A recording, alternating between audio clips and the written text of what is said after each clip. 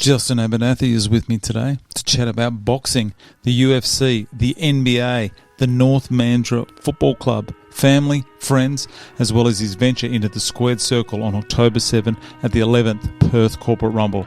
Special thanks to Jody and the crew from EMS, Elphinstone Mechanical Services, major sponsor of today's guest, as well as Cablewise and Gobsmacked Sports Mouthguards, major sponsors of the PCR.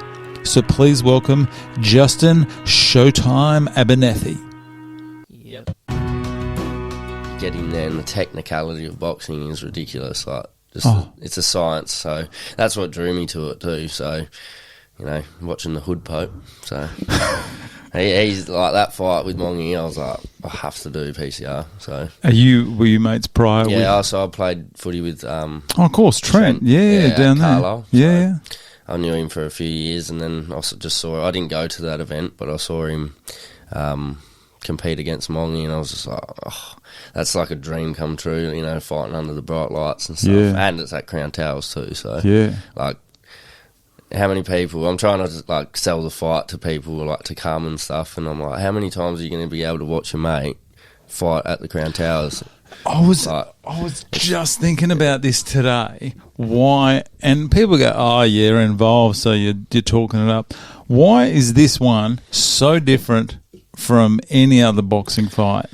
And I think this is just my opinion.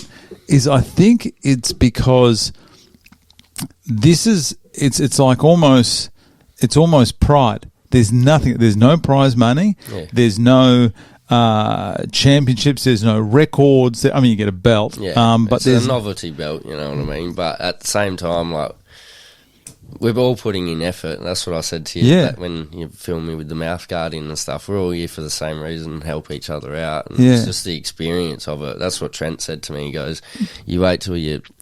The experience is what makes it, meeting everyone and then fighting, getting your own entrance song. I've been a WWE fan my whole life, so getting that entrance is amazing. Yeah. So it's wicked.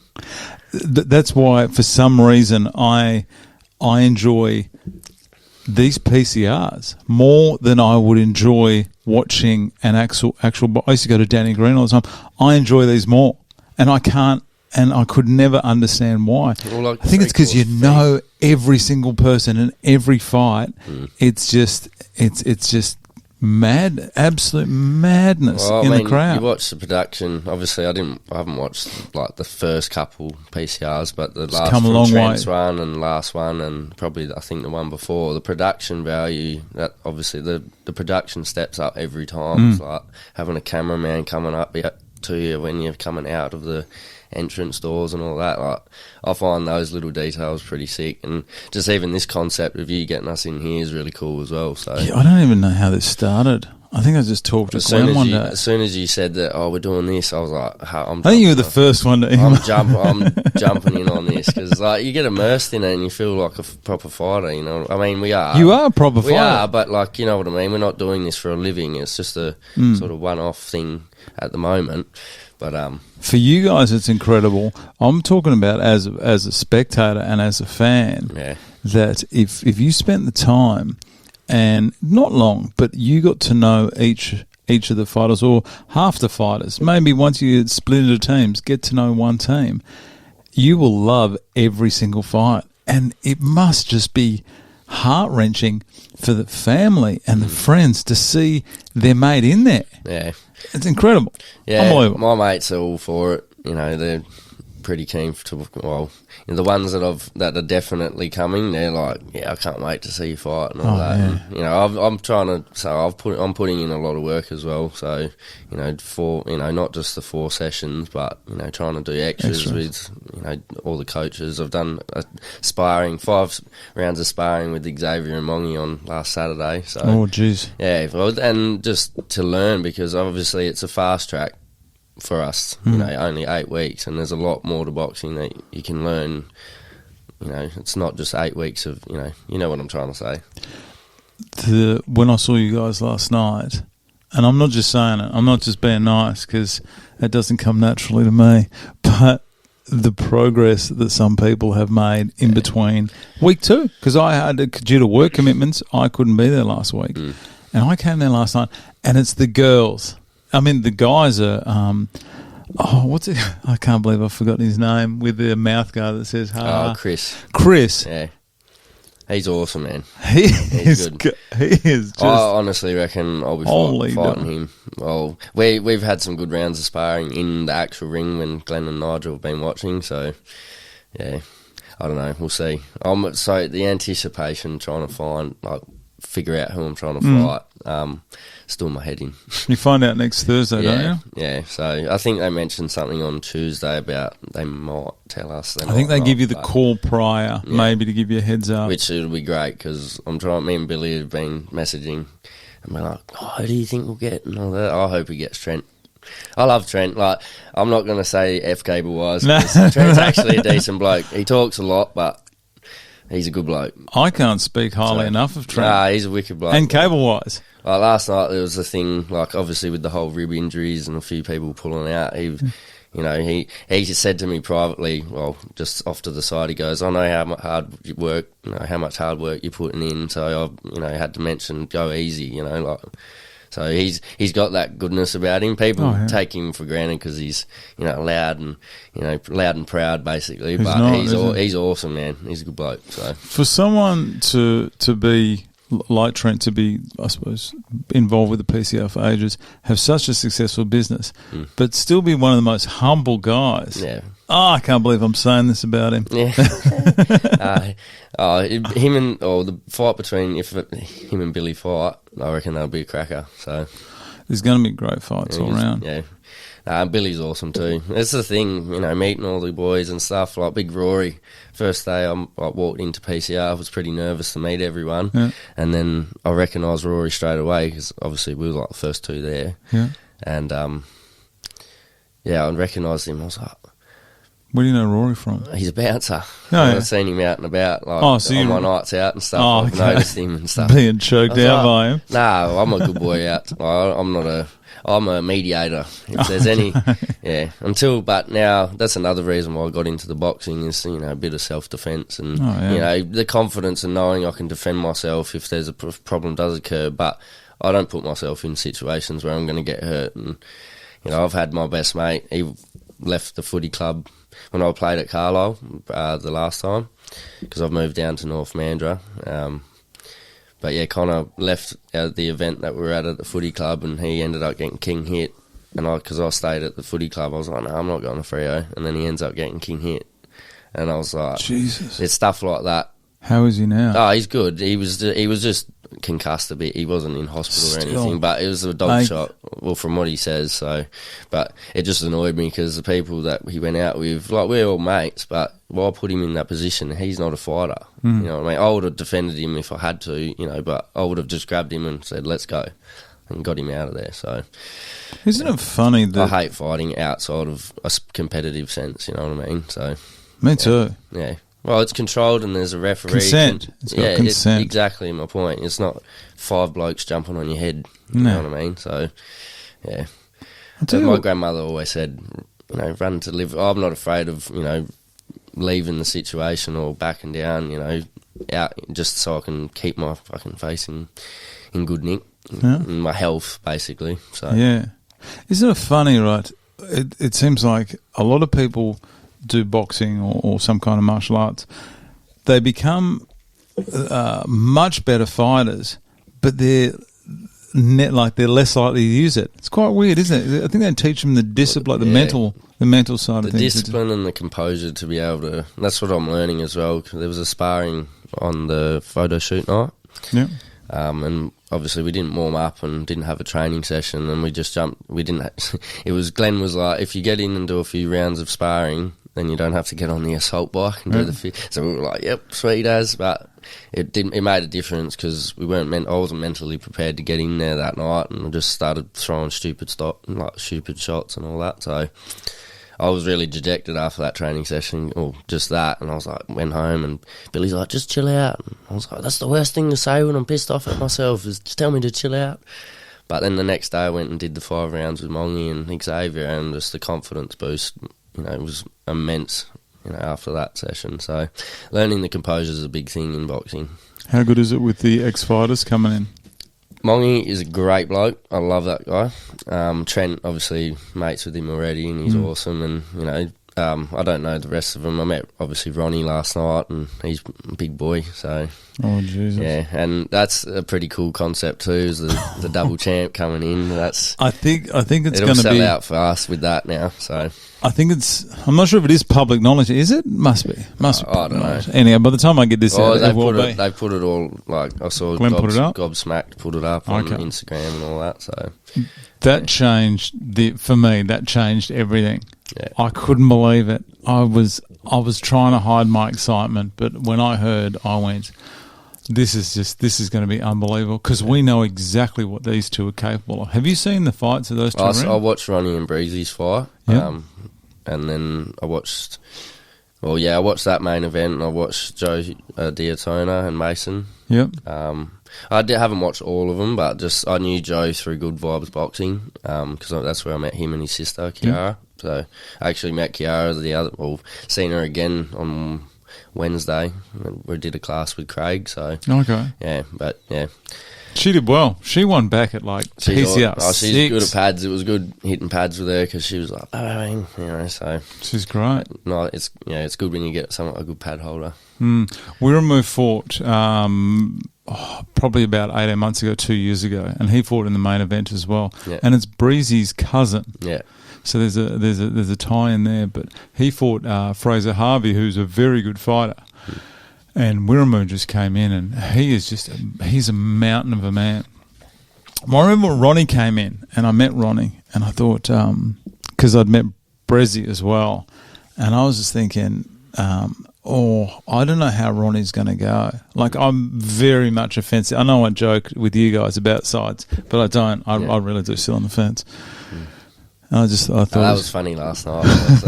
I remember because obviously I saw the interview with Alex, and you were like, "Oh, he's a clown." He's a clown. I 100% knew you were taking the piss, but because straight after that, you were like, "Oh, he's a great guy," and all this. So yeah, it's all just a bit of banter. Okay. That's what I love about it. So, okay, everyone knows that I have nothing against any of the I'm the fighters. biggest pest there is on the footy field, mate. So I'm used to talking shit, and, copping it back. But it's all in good fun. So. It has stepped up now with that announcement of Wiremu against Ronnie for the double belt. There was talk of a BMF belt for those. Far out. Who would you give that to? Big Rory. No, just out of I'm scared out of Ronnie and Wiremu, the winner for the main event, double champ, first ever. Yeah, that'd be pretty big. That's going to bring the house down towards the end. Wiremu's got Ronnie's got a heap of support, but Wiremu's got some support. And I've met a lot of the guys that came to they're good, but they're wild. Yeah. So I can't wait. It just really, because we had the bad run of a couple of guys getting injured. Yeah. And I thought, oh no, I hope everything stays together. And then somehow Glenn Austin's pulled off a miracle here and got these two. Yeah, he seemed pretty pleased with himself last night. When he announced that, he goes, I've got this and that. And I was like, oh. Good on you, Glenn. So as well, you play footy for South Mandurah? No, North Mandurah. Yeah, oh, geez, how dare I say South Mandurah? That's right, mate. It's the Lakelands. Yep. So on Alverstone Boulevard. But obviously my best mate of 23 years, Yagan Wally, shout out. Shout out to Yagan. I was playing for Gosnells Football Club. I did a scratch match with Gosnells because I'd played there and Carlisle previously. They're the only two clubs I've played amateur for. Until I moved to North Mandurah, because after the scratch match I told Yagan that I was playing footy again. He's like, why don't you come to North? And I was like, had a look how far it was, and it's the same distance between Carlisle and North Mandurah from Byford. So you're living in Byford? Yeah, I'm living in Byford. That is a massive trek to training and to the games. Oh, I love it. I'm happy to do it. I really want to win. And I was supposed to do the last PCR, but I couldn't get sponsorship in time. So that's moving footy clubs has helped me. EMS, it's Jodie's on the committee, so of our footy club. So, okay. Yes, yeah. And obviously going there and being not knowing anyone, obviously except Yagan and a few of the boys that I met at Yagan's wedding. But just being a good bloke and, obviously played a bit of footy, so, there's a lot of younger guys that have first couple of years of footy and, look a bit lost. So I'll just, as a leader, I'm a leader in football, I've always have been, so even with this boxing, I'm just pushing everyone, like, keep going, guys, and, any tips I can give. More with footy because I know what I'm doing, and boxing I'm still learning, but, yeah, they really appreciated how my influence on the club, a positive influence on the club, so it's helped me get the sponsorship for this. And I can't read that, sorry, the thing's in the way. Elphinstone Mechanical Services. Elphinstone Yeah. Mechanical Services, EMS. Yes. Tell me about Jody. Is Jody the one that pulled the trigger and said, yeah, well, we want to be... So I originally, when I knew this was coming up, obviously put in my application again because I wanted to do it after I couldn't do the last event in April. I saw your name... when was that? Did you put it in about December last year?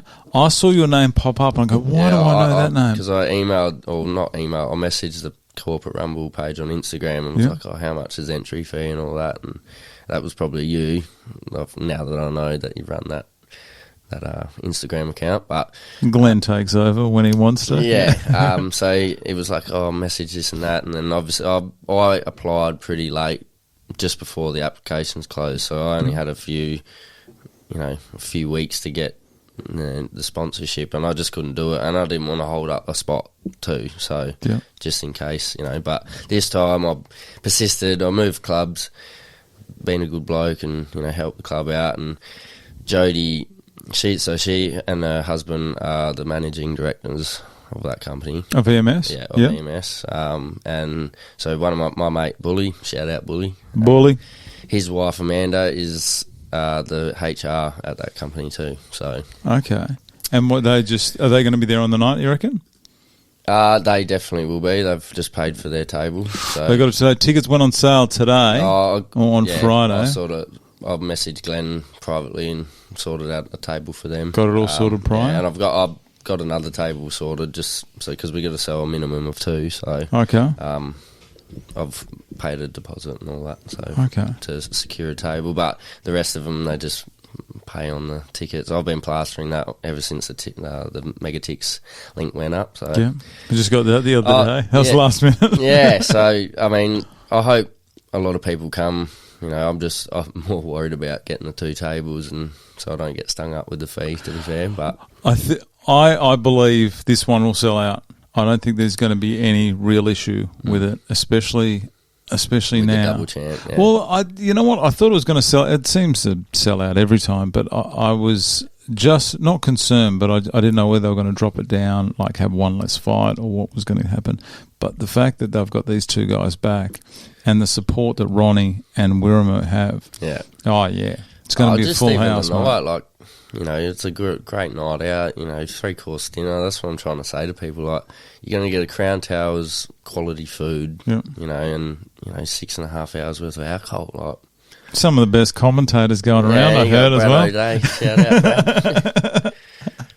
And the MC, CJ gets people pumped. Yeah. He's the MC. He's such a good man. And that's like, you watch, all the fights or in between rounds, and they're interviewing people, to all the sponsors and stuff. Even that's pretty cool. It's a show, isn't it? And for Saba Rose too, and for charity. So it's a massive night for a good cause. So got the big auction going on there in the middle.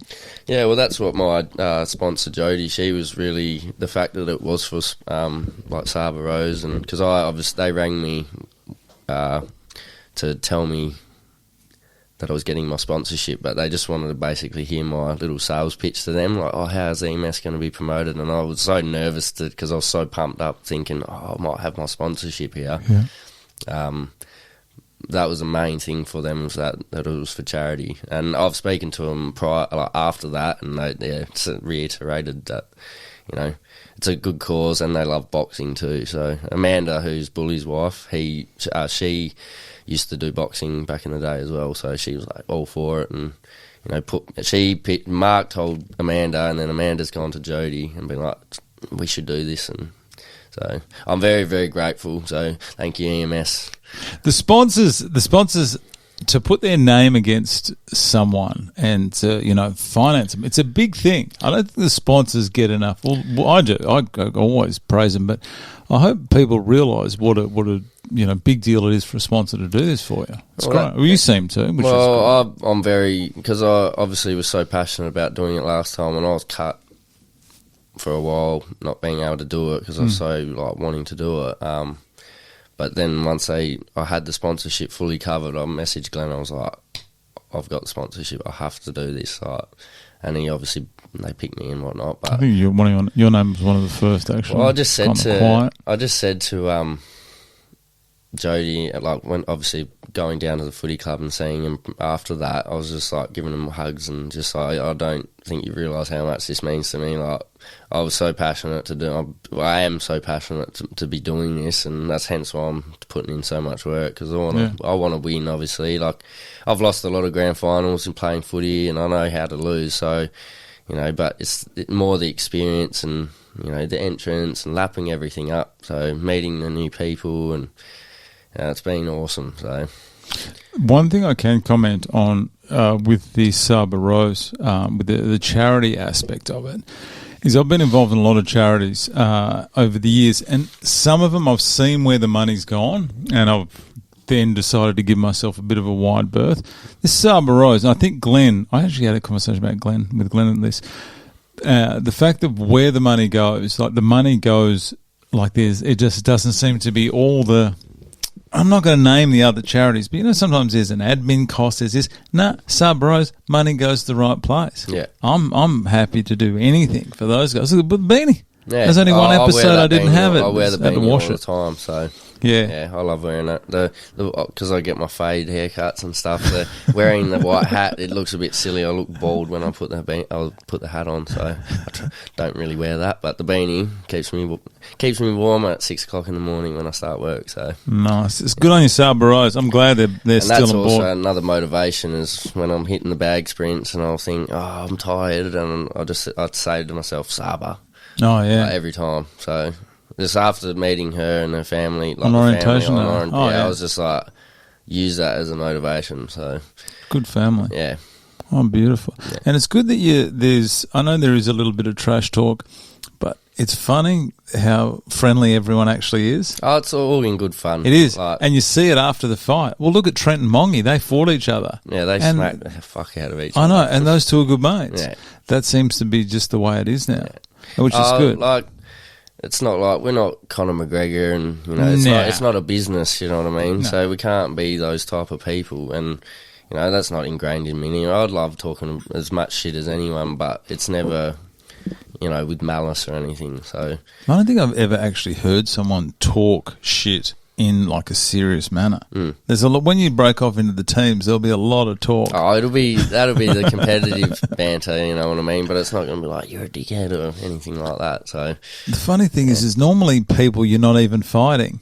You'll be having a go at someone on the other team that you're not even fighting. I was stirring Nigel up on the photo night. I was like, this doesn't, when I had the red on, I was like, this doesn't feel right. And he's like, you're going to be lucky I even pick you. And I was like, I don't even want to be on the Reds anyway.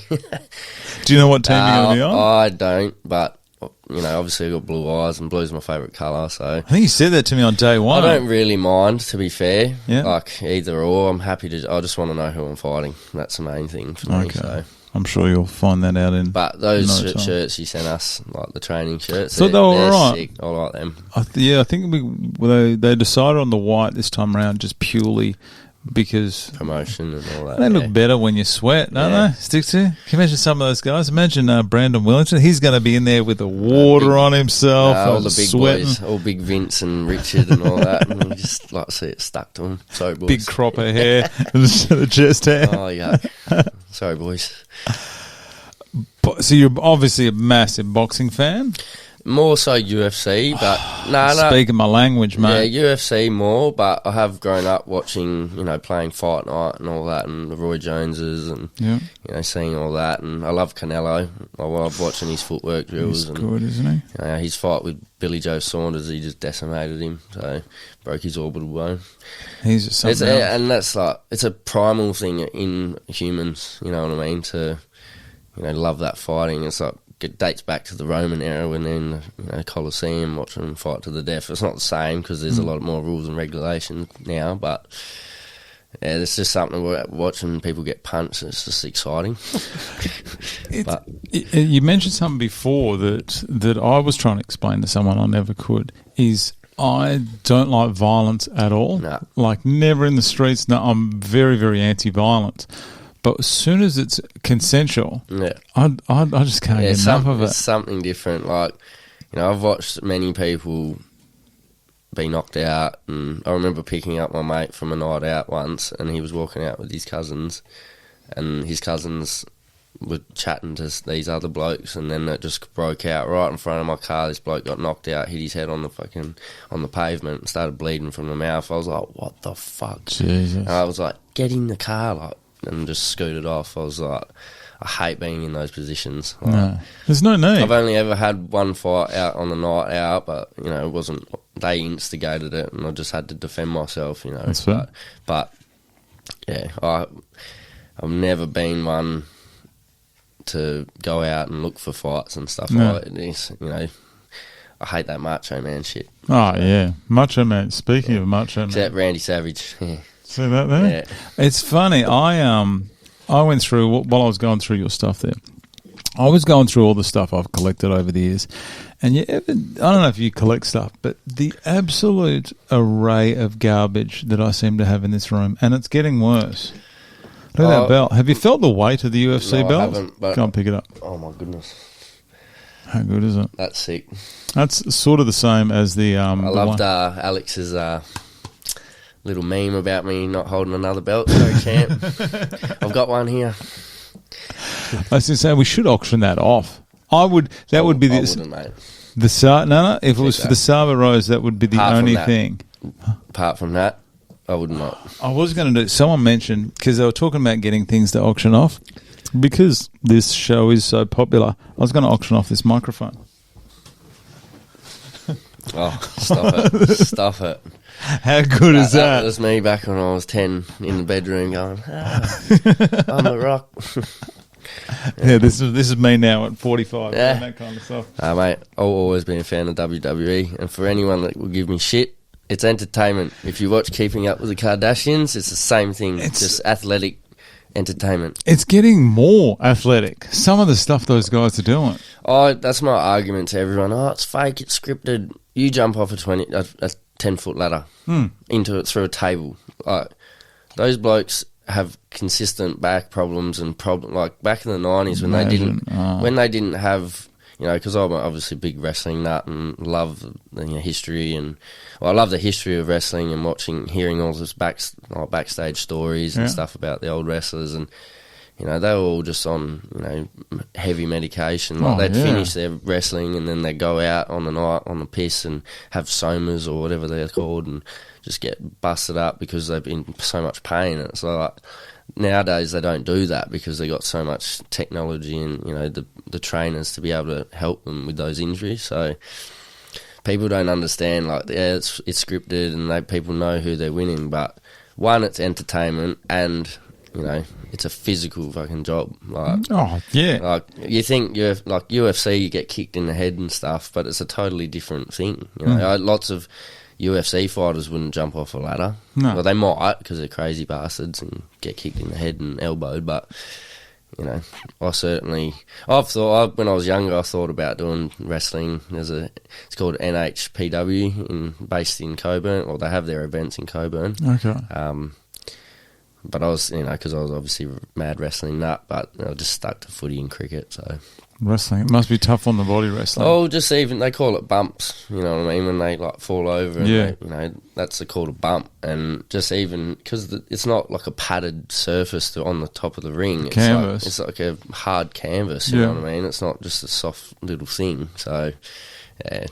It's not like body slamming your brother on the bed or something exactly. like at least there's suplex. Yeah, exactly. And like cage matches, and I love it. They do. When people say it's not real, we know it's not real, but neither are 99% of the movies we see or the TV shows or something like that. They're not real, but it seems to be okay to like them and not wrestling. Well, that's what I said before, is like if you can watch Keeping up with the Kardashians and be entertained, and you shouldn't have a problem with me watching WWE and being entertained, because there's a storytelling in, more so back in when I first watched it in like 2005, and the storytelling was way better back then. But it was different back then, wasn't it? Well, they had all the main dudes, like you had the Kurt Angles, the Undertakers, the Shawn Michaels, Triple H in their prime, you know, like the Hardy Boys and stuff. So I grew up in the ruthless aggression era, so I love that. But now, like, there's some good wrestlers, but it's just a bit corny, and the crowd doesn't get into it as much as what they used to. So that makes a big difference. I've watched videos of, like, they call it crowd pops. And like when they, like, it's a surprise entrance or something into the Royal Rumble, and they go nuts. Like, that shit gives me chills watching those things. Like, are you talking about like when they have the John Cena entries and stuff like that? 2008. When they do the countdown to the Royal Rumble? Yeah, and he came in and he had his arms like that. And I was just like, and Triple H's face was going, what the fuck? That is. But my favourite's the Hardy Boys when they came back 2016, because it was like totally unexpected and a massive stadium. Yeah. And they called the New Day, Kofi Kingston and all that. I probably sound like the biggest nuffy right now, but mate, not at all. I got the figures. I got the I got Ted DiBiase, the $1 Million Man, sitting right there as well in a UFC octagon. Oh, mate, look at that. Everyone's got a price, he reckons. Guess who bought a 3D printer? You. Love that. That's sick. That's stupid stuff I've got in this room. There's nothing wrong with wrestling. The hood pipe. I love talking to him about it. And he loves his it. Sponsor, Brad, HC Urban. Yep. He's also a massive wrestling nut too. Oh, he was Hoops Heaven, and HC Urban was the Trent's. Yeah, so Trent's Brad's his name, Brad Higgins. Yep. Shout out, Brad. So I'm just going to be doing that the whole time. Oh, yeah. That's what you should do more. Give people shout outs. Oh, yeah. I'll never not like wrestling. No, so. I still get unless it actually gets unbearable to watch and just no, enjoyment. But I don't see that happening. So there's EPW, Explosive Professional Wrestling, here in Perth. I think that's the one we were going to see. Dennis Cometti's son. He is massive. Big bloke. Yeah, he's a fucking unit. Didn't he go to America to get into that? I'm not too privy to that, but I just knew. I love Dennis Cometti, obviously, watching footy and stuff. Also, Hot Pies, they got up last night. So happy. But yeah, Dennis Cometti's son, that's the only reason why I knew he was a wrestler, because I saw the news report. He's a massive guy. Like, supporting his son doing this wrestling and all that. So good on him. Yeah. Oh, beautiful. I think the old champ, Julian the Outlaw Ward, he was related to one of the guys that commentates at the PCR as well. So that's the only reason we got into it. Yeah. But I love it, mate. Yeah. Speaking of wrestling, though, I got this photo here. I got this off your social media. Oh. Whose wedding's this? So my best mate, Yagan, that I mentioned before, that's his little sister. So that's his little sister there? Yes, Tessa. I just... In the most... that was actually her idea, because we we did the DX. You see the green little fluoro sticks around my hand and on her around her neck. Yeah. We did the DX Are You Ready song. So as our entrance, because we all, as a bridal party, we had to do an entrance. But yeah, it was... She was like, we should walk out with titles and stuff. She said that. And they literally... So those belts aren't real. That's paper. So we printed that out. Her and her mum printed those images out, and we made those. Really? The night before, yeah. So it's pretty cool. That is great. And that was her idea. Yeah. I've known that family since I was 3 years old, so... Good on you.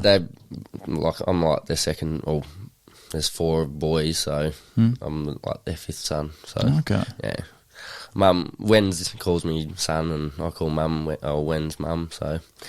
But yeah, that was a great day. I'm not in the greatest shape at that point. I was with my ex-missus, Hannah, at the time, and just relationship eating. I was 100 kegs. 100? Yeah, so I've dropped 20 kilos since October last year.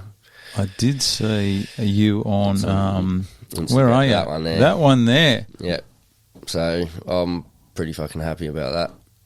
That's you there? Yeah, mate. How much were you weighing there? I was 100.8 or something. Okay. About 100 kilos, but yeah, I'm down to 81 at the moment now. What caused you to get to this state, you reckon? Just a lot of comfortable eating, like drinking a lot of choc milk and just not really looking after myself, to be fair. But soon then me and my ex-partner split up, and I just was on a tangent to get fit and back to how I used to look, which is how I look now, back to my normal frame. So I'm just glad, like, it wasn't a size that was going to leave me with like overhang or anything like stretch marks and all that. It wasn't. It was more just there and just the shit eating. But I was still going to the gym though, so I was gaining muscle, but I still had that fat. And then I just got to the point I was researching a bunch of stuff on how to lose weight, and I did fasting, the 16 hours and 8. How'd that go? Hard at the start, but you know, I had that goal in mind of getting down. So did you drop some weight with that? That was the main reason I dropped. And you know, exercise and the fasting. But the fasting, it's, you know, the 8 or the 16 hours. You know, you don't eat from 8 p.m. at night till 12 o'clock the next day, lunchtime. Yeah. So basically you're asleep for most of that, and then you just have to make it till lunch, and then from 12 to 8 you can eat as much, like decent food as well, like healthy food. Yeah. So, you know, you actually the light food, you know, I was eating like fish, like salmon and salads, and you know, I'd still have the odd steak and all that, but yeah, just really cut down on the Maccas. And I love to eat, and I love Maccas and stuff, but as you get older you feel shit. You know that it makes you feel different compared to when you were when you're a younger kid. So, do you have the occasional alcoholic drink? Yeah, I do. I'm not a massive drinker. If I do, it's a big night out. But then, you know, I couldn't care less if I didn't have it. You know what I mean? Like, later on, I'm going to go to the pub and have a few gin and tonics, just a light drink with my mate, and have dinner and watch the footy. But once that we get split next week, I'm cutting it completely and just smashing the last 4 weeks. So, but yeah, I'm not a massive drinker. So no, well, it might be a bit easier. I know pretty much everyone that's come in here has said the same thing. It's really, well, you got to get the most out of this. You know, like they say, you're gonna have. You don't want to be that person on the night that's going like blowing, you know, first round, and I shouldn't have gone out in the piss. And I've heard you say that on these interviews too. Like, you don't want to be that bloke or woman, you know. So, yeah, it's a lot of mental strength, because you don't want to miss out with your mates and stuff. But at the same time, we've got a goal. It's a small period of time, though. It's a small period of time that you don't, you know, you might not ever do this again, or you might be able to, you know what I mean? But I want to get the most out of this. So, just a lot of, no, I'm not doing it. No, I'll come out for 1 or 2 and then I'm going home. You know what I mean? It's not a big night out, because my mates love to drink. So, yeah. But I think that's why they put you in that type of training, even in week 1 and 2, where they you know, you go, 6 minutes, I can do 6 minutes. Nah, but they will absolutely work you to make you feel that pain, to just think. Yeah, well, Glenn, he when I did a lesson with him 2 weeks ago, he flogged me. Like, in good way. Did pad work for, you know, 5 or minutes, warm up, and you know, he just said, I'm going to push you. Like, I ended up, you probably saw the video. I saw you throwing up in the toilet. Well, when I came out, he's like, I took a video of you, I hope you don't mind, I'm going to post it on the group. I was like, well, at least, you know, I worked hard. So, and that's what he put in the description, was like, Justin Abernethy giving 100%. So, yeah, I was happy about that. It wasn't a piss take either. It's just like a motivational sort of thing. So, but yeah. Could you imagine that coming into round 3, just going, if only I wouldn't have had those couple of nights out just to push through? Well, that's it. You know, come fight night, it's going to be who's the fittest, basically. Like, we're all pretty relatively new to boxing, unless, well, a few of the boys like Barry and Lucan and all that, they're pretty sharp. And even Chris, who I think I may be fighting, that's my top bet. But he's pretty sharp as well. So, like, we got in there sparring, and, you know, it was a good match. So I'll be interested to see who I do get matched up. The quality of the fights has gone through the roof, and I always thought about me competing in there. Should. Right? But no. But my window closed at about PCR, probably 3. Yeah. Like, you could see. So have you been commentating the whole time? No, I've only had the honour of the job the last 2. Yeah. So I've just done these interviews for about the last 4 or 5, I think it is. And no, this is the first time I'm actually officially involved. We just do this for a bit of fun, and then they needed a commentator, and we jumped in. And the other 2 guys that do the Grelka do the UFC show with us, they're the other commentators. So it's good. We've been. Hopefully we do a good job, but we've been, I don't know, chatting together for a couple of years, so we don't seem to talk over each other. We seem to know when one person's going one way. Joe Rogan, John Anik and DC combination, hey? Love that. That's why I said when it was your birthday, I said, happy birthday, John Anik, because I saw Mason put up. They call me that I know Joe Mason Rogan from Wish.com. But no, he's like Joe Rogan, so... But no, I wouldn't go Wish. Yeah. I think there is a photo of us, yeah. We tried to recreate that photo. Love that. That was set up, that photo, by the way. Sharp, mate. Look at that venue. Look at your beard too. Love I know. that. I was on holidays from work, you tell. I got to get a fresh haircut as well. My hair at the moment, it's a disgrace. Music. This is something that has surprised me a fair bit, is that there's this age bracket of people, say from 20 to 35, that have almost got this obsession with the 90s. I love it. I mean, I wouldn't go 20 because they're pretty... Like, I ask 20-year-olds now, and they're like, who the fuck is that? Really? Like certain bands, yeah. But shame on them. It's the select few, I reckon. Few. But for my generation... I mean, even with my friends, like, I listen to my other best mate, Connor. He listens to the total opposite music that I do. He listens to punk rock and all this shit. Punk rock can be good. It's not bad, but I just don't get into that, like the Blink 182s and all that. Oh, jeez. Like, and the some 41. There's 2 songs that I like from them. But that's because In Too Deep. Yeah. How good's the video? You seen the video? Yeah, me and Connor. That's our song. Like as a mates, you know, we smash that out on a piss. Like, yeah. So it's wicked. But that's why I mentioned the Pearl Jam Rolling Stone poster there.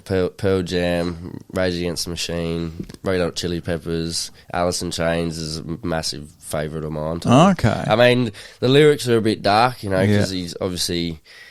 Lane Stanley had some issues. Yes, very much so. And I don't know if you've watched the Unplugged concert. Alice in Chains, yeah. And you can just see he's a broken man. Like, I'm a very empathetic person too, so I feel pain. Like, I feel his pain. Like, looking at him, just you're like, fuck.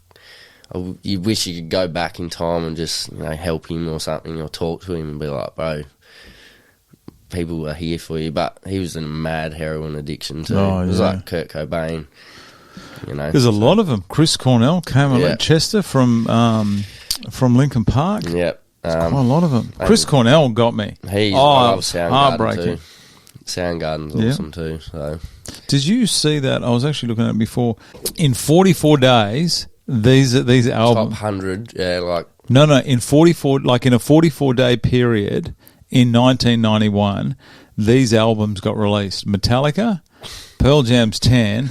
Both Use Your Illusions, Nevermind, Bad Motorfinger, and Blood Sugar Sex Magic. Probably in 44 days. That's ridiculous. That happened. Can you imagine? I mean, I don't know. You were what a time. You were a young bloke when that was out. I think you know, I was born in the wrong era. You know what I mean? Because I would love to be hearing that. My dad was pretty young when I was born. And in 96 he was 16, so he was in the midst of all that, and I was just like... In what year was your dad born? No, 80. He was born in 1980? So I've got young parents. It was a bit of a... Oh, because I'm older than your dad. Yeah, I've got young parents, but it's pretty cool. Like, I love having younger parents, so... Okay. You know. Oh, yeah.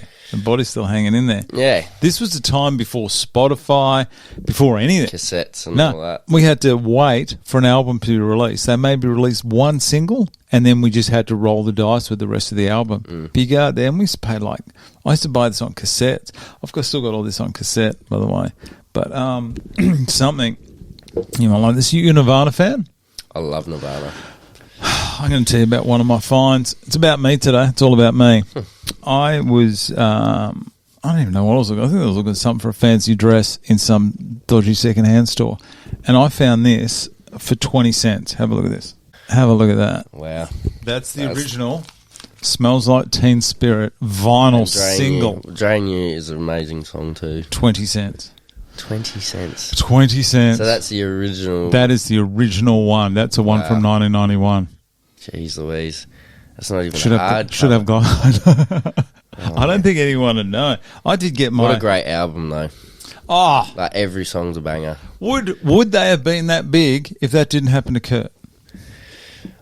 I always think, what music would he be producing right now as a 50, 60-year-old as well? Because he was, like, people give him shit for he's he's real raspy sort of singing style and all that, but you hear it, like, the intricate, the detail, the lyrics that he made, like, even though they were pretty sad, they were, like... Brilliant, you know. And there's no auto-tune or anything. The grunge, like, Eddie Vedder with the song Black. Yeah. That song got me through some shit, like when I broke up with my ex, and, you know, that, just his wordplay was just, like... And his voice, and it makes a difference with the voice of each singer as well, like, even... what's his name? Stone Temple Pilots. Oh, Scott Weiland. Yeah. Plush. That's my favourite song from them. Yeah. Like, they did an awesome MTV Unplugged thing as well. The acoustic, that was sick. Have you seen... I'll put that... Okay, you've touched that enough. Look what my missus got me for my birthday. Oh, stop it. I'm pulling out all the stuff today. Yeah, how's that? Yeah, well, that's all of them. That's staying in the pack as well. You know what? It sounds bad. I'm still not sold on Matt Cameron. Look, I'm a Mike McCready... I love his hat. Mike McCready. Yeah. He had some problems though, didn't he? Yeah. He had some... That was like Mark Starr in Alice in Chains as well. He was just as bad as Lane Staley, and he ended up passing away too, but a lot later. So, jeez. Getting back to Black, we'll probably have to cut this out because there's no way YouTube are going to allow it. Have you heard how they remove the music from all of the songs now? You haven't heard it? No, I haven't. You're in for a treat. Weird.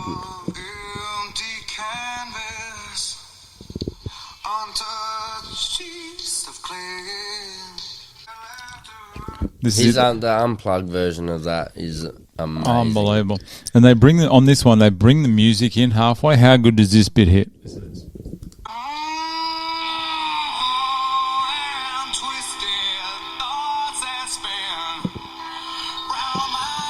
Oh, how good is he? He's amazing. We got to cut that whole thing out because YouTube will fry me with copyright. Yeah, that's right. He's so good, isn't he?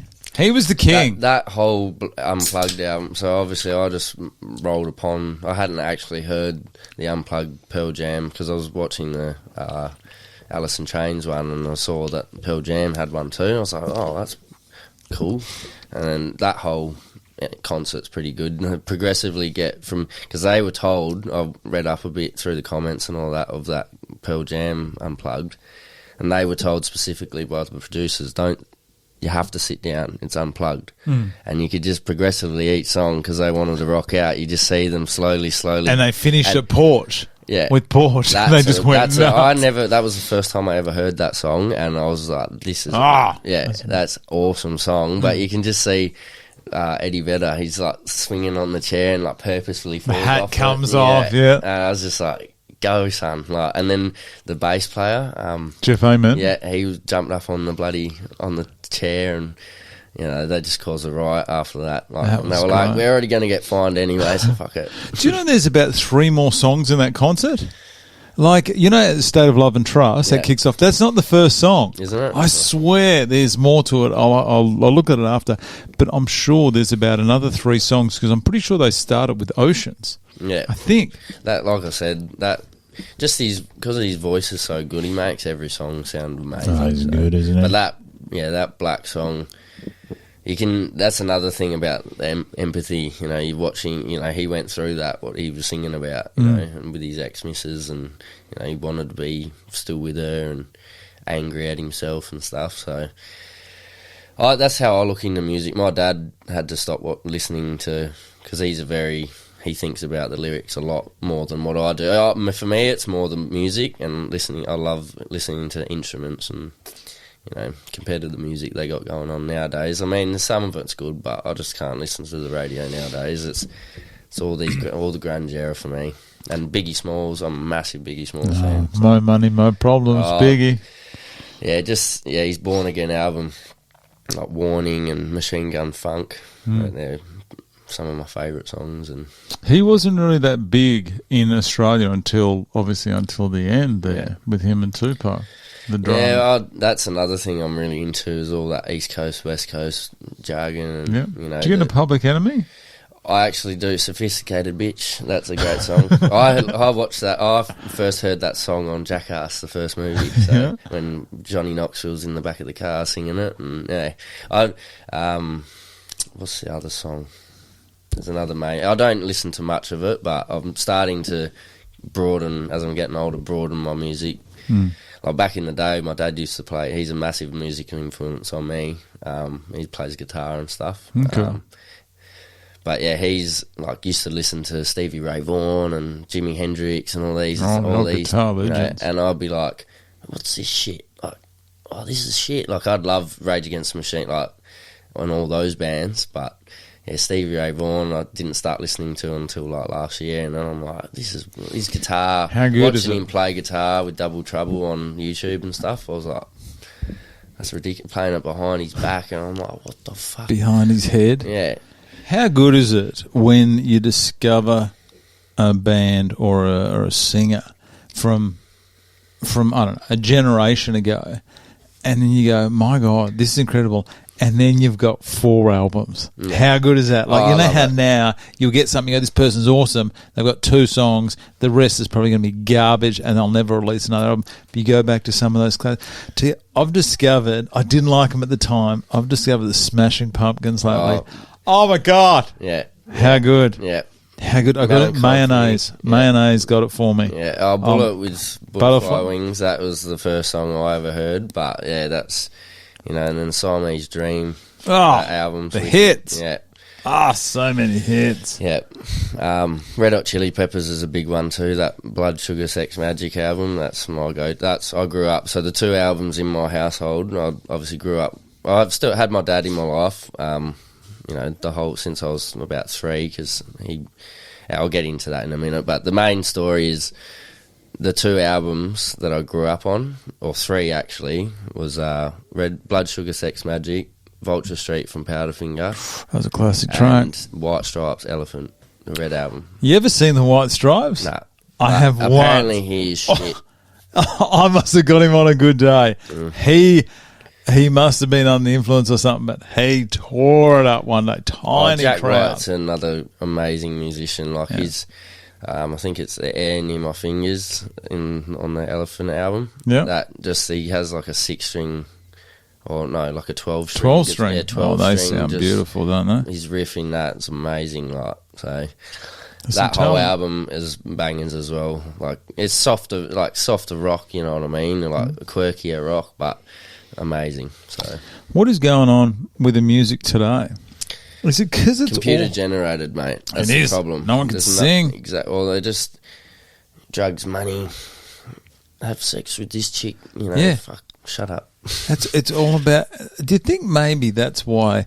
I mean, it's so no different to Biggie Smalls' lyrics, but at least Biggie Smalls had a way better flow, and he grew up in the Bronx, like in New York back in the 90s, the roughest fucking area. These, I don't know. They could be growing up the same, but I don't know.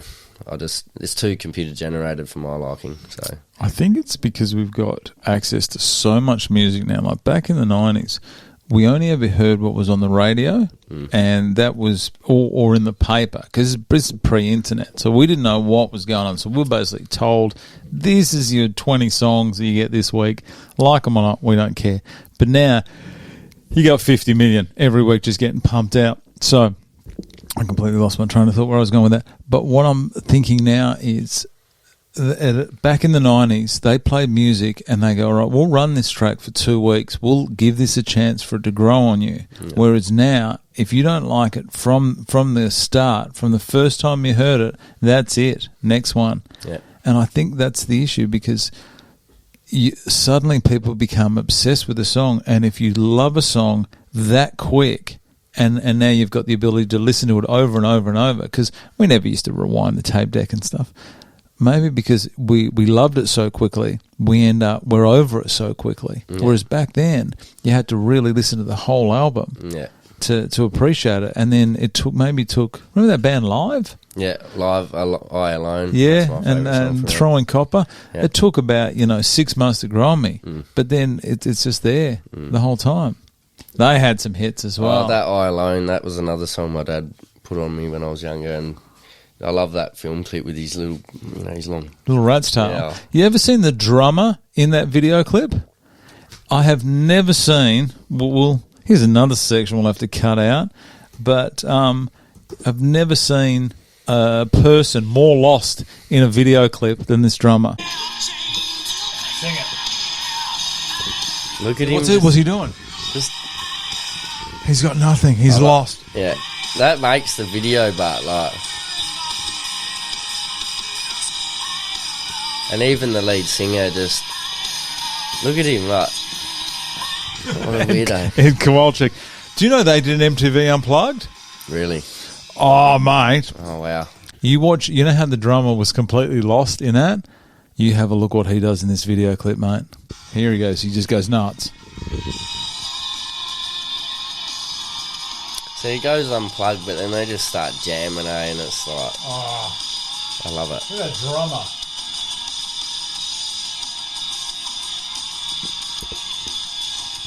The 90s fashion, man. How good. How comfy. Yeah. How comfy was clothing. It's making a comeback. Like a lot of I'm still people, rocking it. Oh, a lot of people, our generation, they love their vintage clothing and looking that part, the corduroy jackets and the pants browns. And, so nothing wrong with that. Nah, definitely not. You're dressed for comfort. Yeah, exactly. As you can see, mate. Yeah, mate. If I would have come in my trackies if I could have, but I come straight from work. So. The only time I get dressed up is for the PCR. You got your suit? No, I'll go to Taracash and get an eye. Looking fresh. I'm going to go the all black. You got to look got the the part. watch and stuff. So Oh, really? yeah, the Tommy Hilfiger. So. You should, if you want to. This is what I reckon they should do. I think I've got in here. Hang on. No, I don't know where they are. They're somewhere around. We've got cufflinks, and they're actually light up cufflinks. Oh, wow. Yeah, so they light up red. Yeah, it'll be interesting to see the team split. That'd be good, is if they did. If you, whatever team you're on, you get to wear exclusive, like blue or red cufflinks. Yeah, so on the night, you're the only ones allowed to wear them. So it's sort of like a bit of a, an access all areas pass. The cufflinks. What do you reckon? Well, I like that idea That's too. a great idea. I'm full of great ideas. Yeah, I just can't wait. Obviously, Big Rory was saying he doesn't want to, be the last fight. He's not now. Is he not? Oh. No. Happy days. I'll be honest, I don't know who's fighting who. I only know the one fight, and that's the one we spoke about before. And I would be shocked. I still can't give you 100%. I'd be shocked if that was a main event. That has to be main event, the double champ. But it'll just be funny. Rory, you're not main event, but you co-main. Could you imagine if they open the night with Rory? Oh, I said that to Madness. Nigel. I was like, us boys, we'll open. And he's like, the girls will open probably. So, but it would be awesome watching the heavyweights banging out. Like, imagine that. First fight, you just bang, big thunderous right hand, sleep. Can you imagine? And like you said, because I watched that whole interview with Rory, and like you said, he's a very calm bloke, and I think that comes with his job. Oh, you have to be. Have to be calm. He's telling him and Josh, obviously Josh works with him. Josh isn't calm. Josh was yesterday. Yeah. He's alive. No, he's the talkative one out of the two, and then Brandon's the quirky one. So, yeah.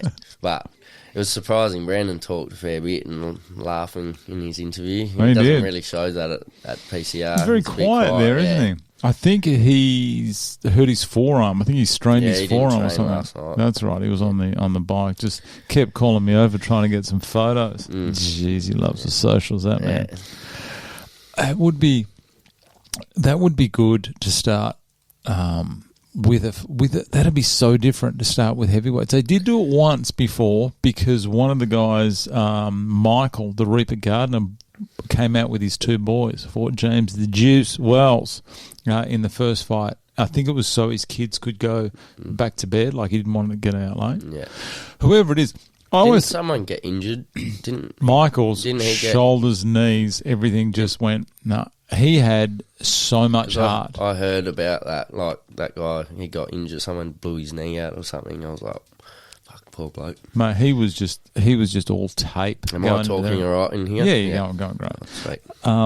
He was the guy that no joke, nothing could stop him getting in there. His whole body was going, nah. And he's like, his mind was like, no, we're getting in there. The point I was trying to make was, even though they go, all right, we'll just start with the girls' fight, we'll start it early. Yeah. They are still, because I got the stats there, they are the most popular fights on YouTube. All of the fights are put up. I know. The girls are always, and if you think the girls are going to start the night quiet or easy, you are wrong. Oh, they were throwing bombs, man. I did watch a few of the girls, and I'm like, fuck, I can't imagine Bella's fight. She's just going to go crazy. And Nicole as well.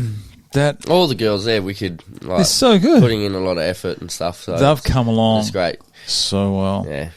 It's funny sparring them because you want to be a gentleman and just lightly tap them and stuff, but then they whack you and you're like, fucked up. Take this. Yeah. Just a nice little jab to the top of the head guard. It doesn't hurt them. Those girls, they surprise me so much. No doubt they can fight, but what's the name? Sarah Cook fought Steph Little. I think it was fight 2 last time, and I thought, I don't know how they're going to go. I thought, well, this might be a quiet fight. Yeah. I think it got fight of the night. Yeah. They were just killing each other. So, some of the fights good. are pretty epic, man. Like, after this 8 weeks of training, it'll be great to see. Like, obviously, we've still got 4 weeks to progress.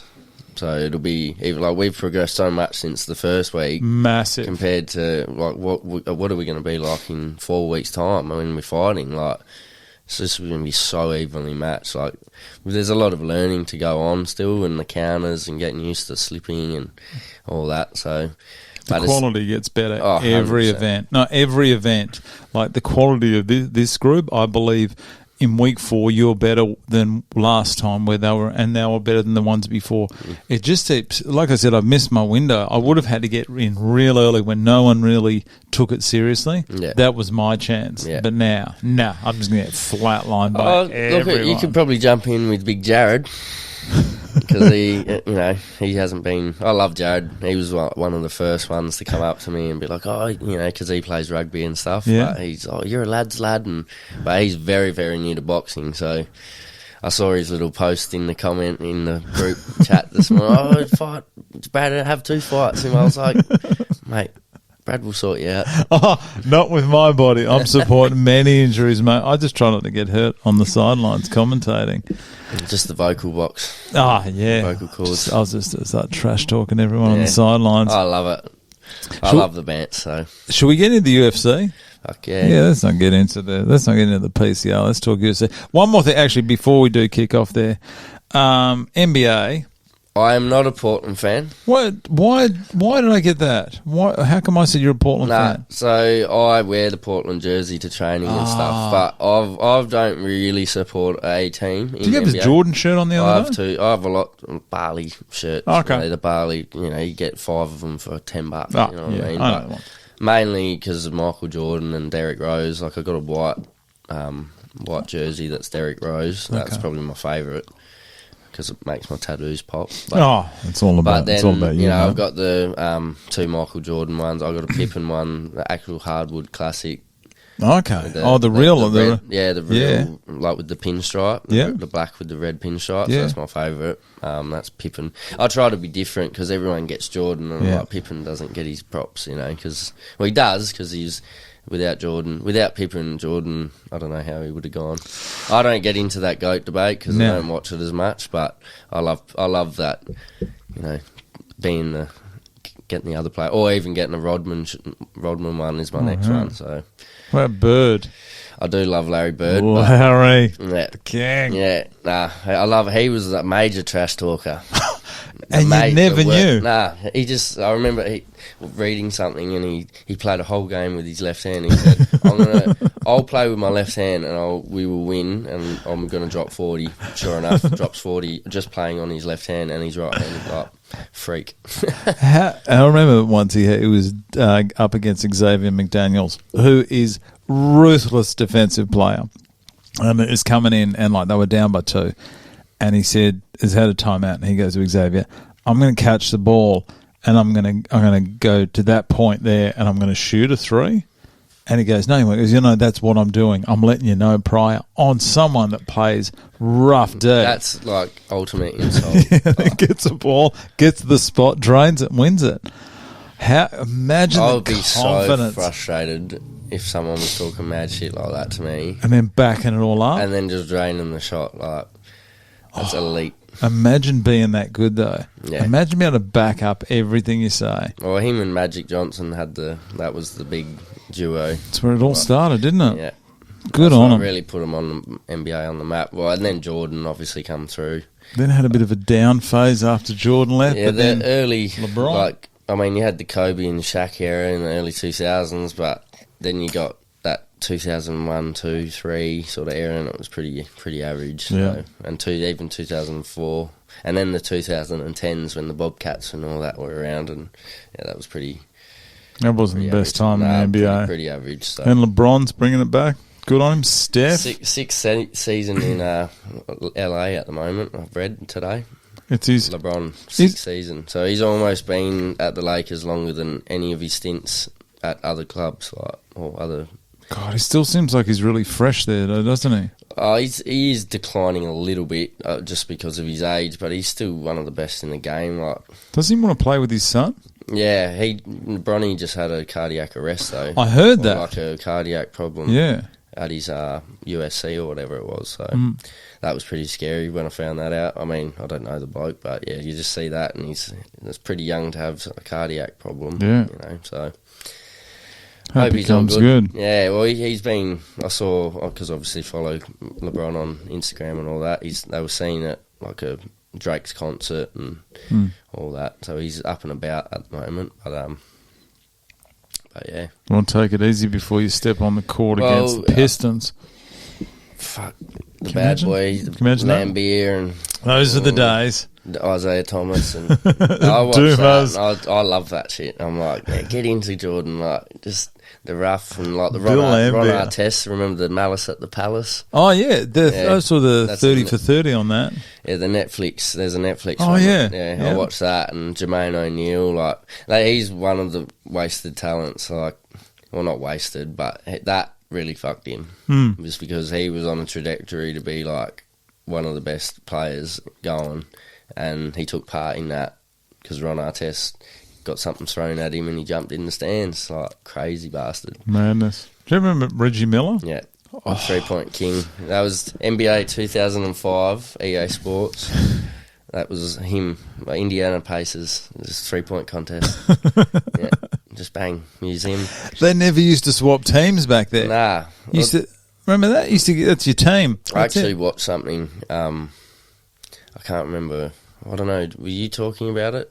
I might have seen it online or something. But that's exactly what they were saying. Was like back then, no one would change. They'd stay loyal. But now, it's all where the money talks. Yeah. You know what I mean? And there's so much more money involved. Like, you know, some of these boys like Luka Doncic and Nikola Jokic and all that are getting these big paychecks. Yeah.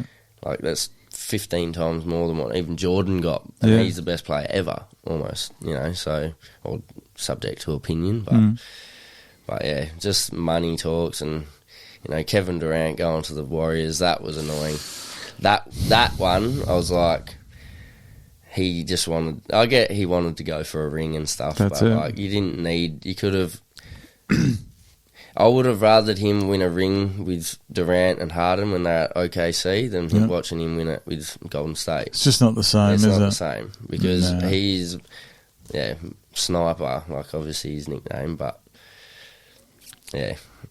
Like, I'm not massive into NBA. I love watching the finals and stuff, and it's more AFL, UFC, NRL even.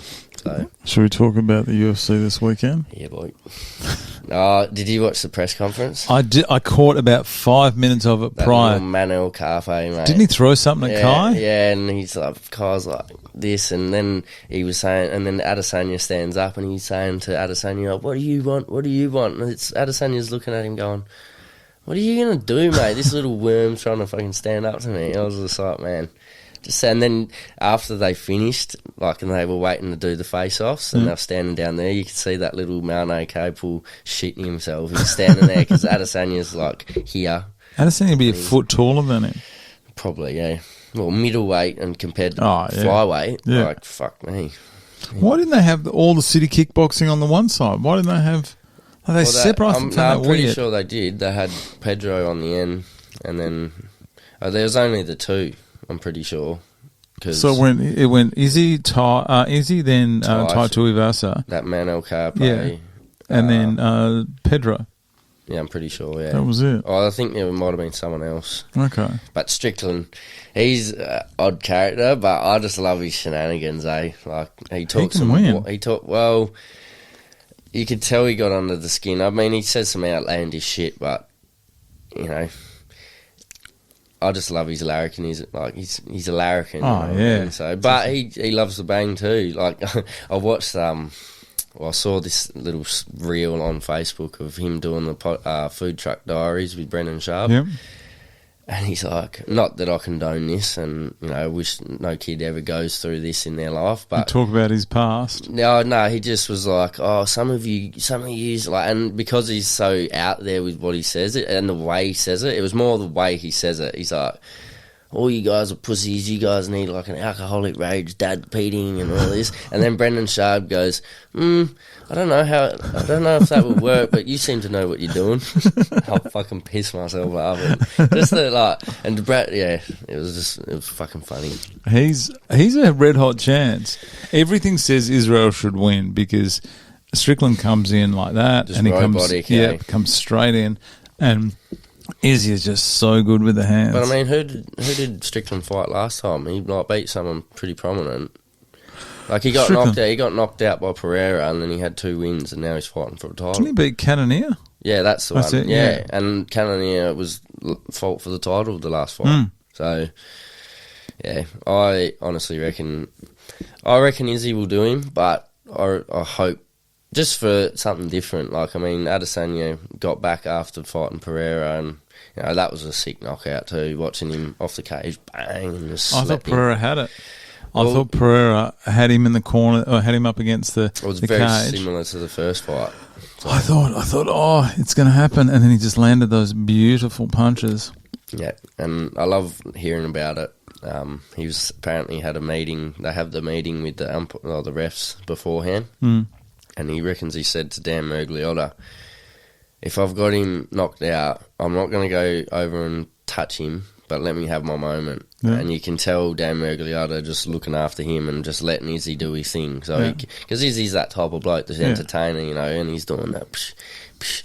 Yeah, that's pretty cool. But it's more the moment. But you a fan of Izzy? More Volk. Yeah, yeah, and I love Tuivasa and all that as well. But the big John Jones, mate, he's my boy.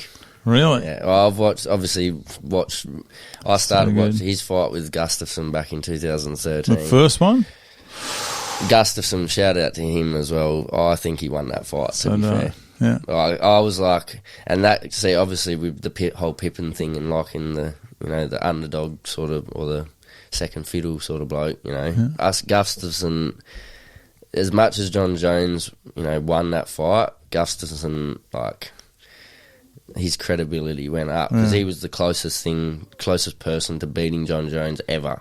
No one ever got close. Never ever got close. Maybe Belfort with that arm bar that one time that he caught him in and somehow got out of. It's the closest I've seen him to losing. Machida didn't even touch him. Look what he did to Machida.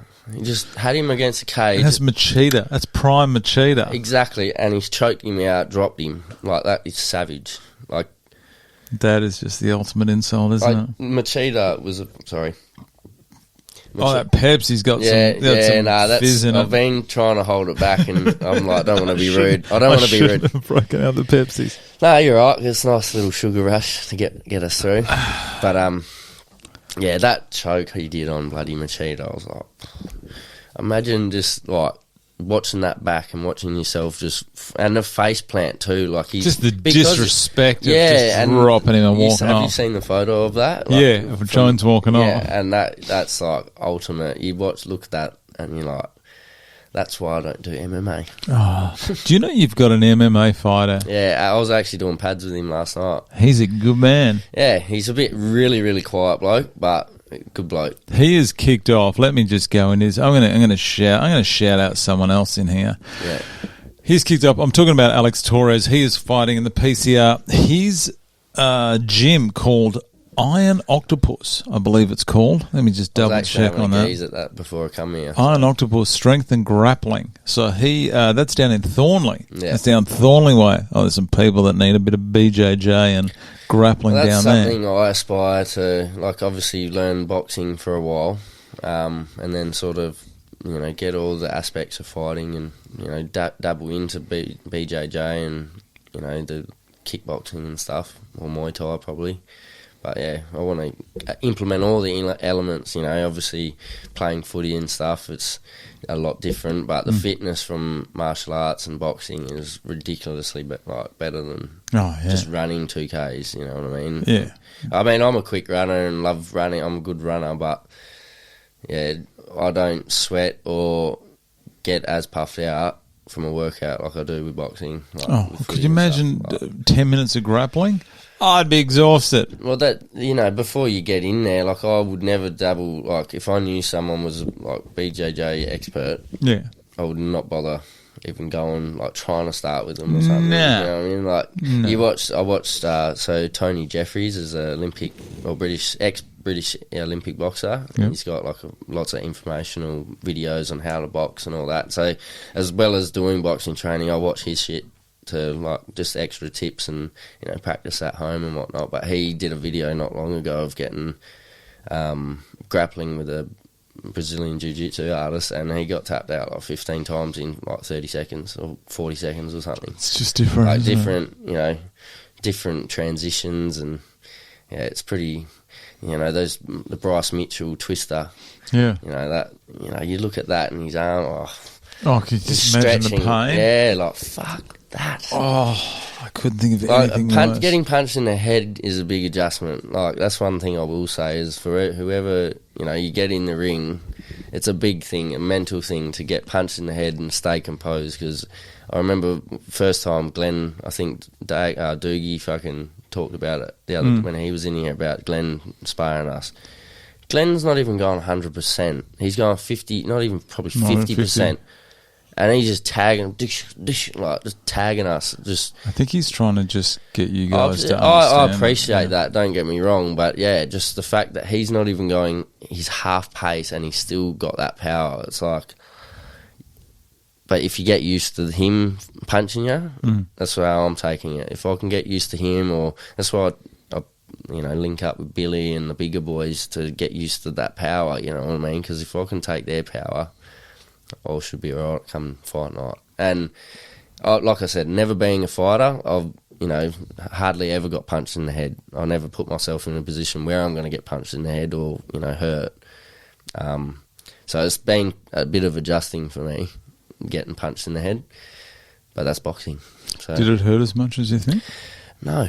Well, I certainly can fucking take a punch. Marco, the Phenom. Oh, the Phenom. He caught me and he come down on the Saturday. Or, yeah, I think it was Saturday with an uppercut cross. And like, it just hit me before I even knew what was coming. And I was like, I thought I broke my nose. Like, I've actually felt my nose like go like this. And I was like, what the fuck just hit me? And I checked my nose after the round and I'm like, nah, it's still there. But I can take a punch, so I'm happy. Marco, the Phenom fam, he wants to be known as the Phenom from now on. So if you ever see him, don't call him Marco. Just say, excuse me, Mr. Phenom. I'll call him the Undertaker. Vitor Belfort was the Phenom, wasn't he? That's right. TRT Vitor.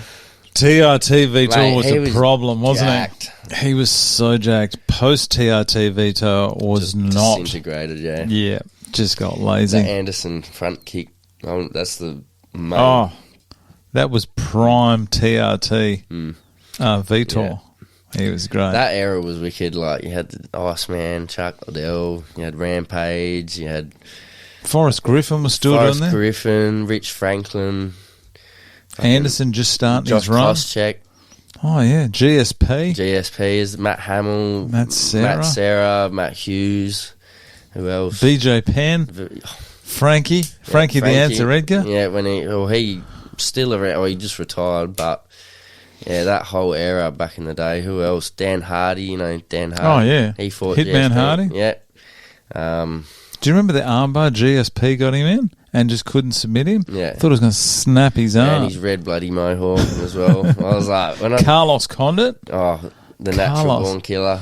Yeah, he was good. Yeah, Johnny Hendricks. Yeah. I watched something about Johnny Hendricks, a video on Facebook last night actually, and it was that fight that Johnny Hendricks, I think it was the first fight that he apparently should have won. Against GSP. Yeah, he should have won, but he goes, Dana White was talking about, I can't sit in here and I should be going, oh yeah, happy days, he won, but it's not fair because he shouldn't have won, or whatever. And then Johnny Hendricks, it goes to Johnny Hendricks' audio and he's like, 70% of my power was enough.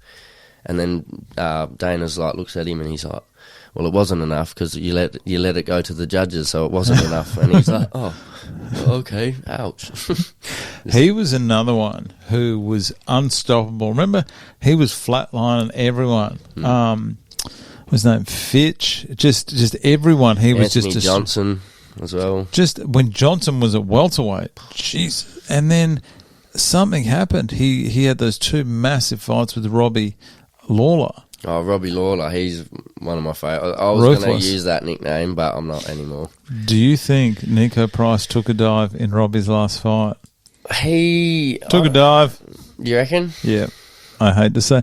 You know what? I don't know. Robbie was collecting him with some good shots, but at the same time, Nico's a lot tougher than that. So way tougher. Yeah, like I love those up kicks that he did against James Vick, knocked him the fuck out. Yeah. Yeah, just... What happened to James Vick? He was like on a 6-fight win streak and then lost 4. Just couldn't stop finding ways to lose. Yeah, no, he's a bum.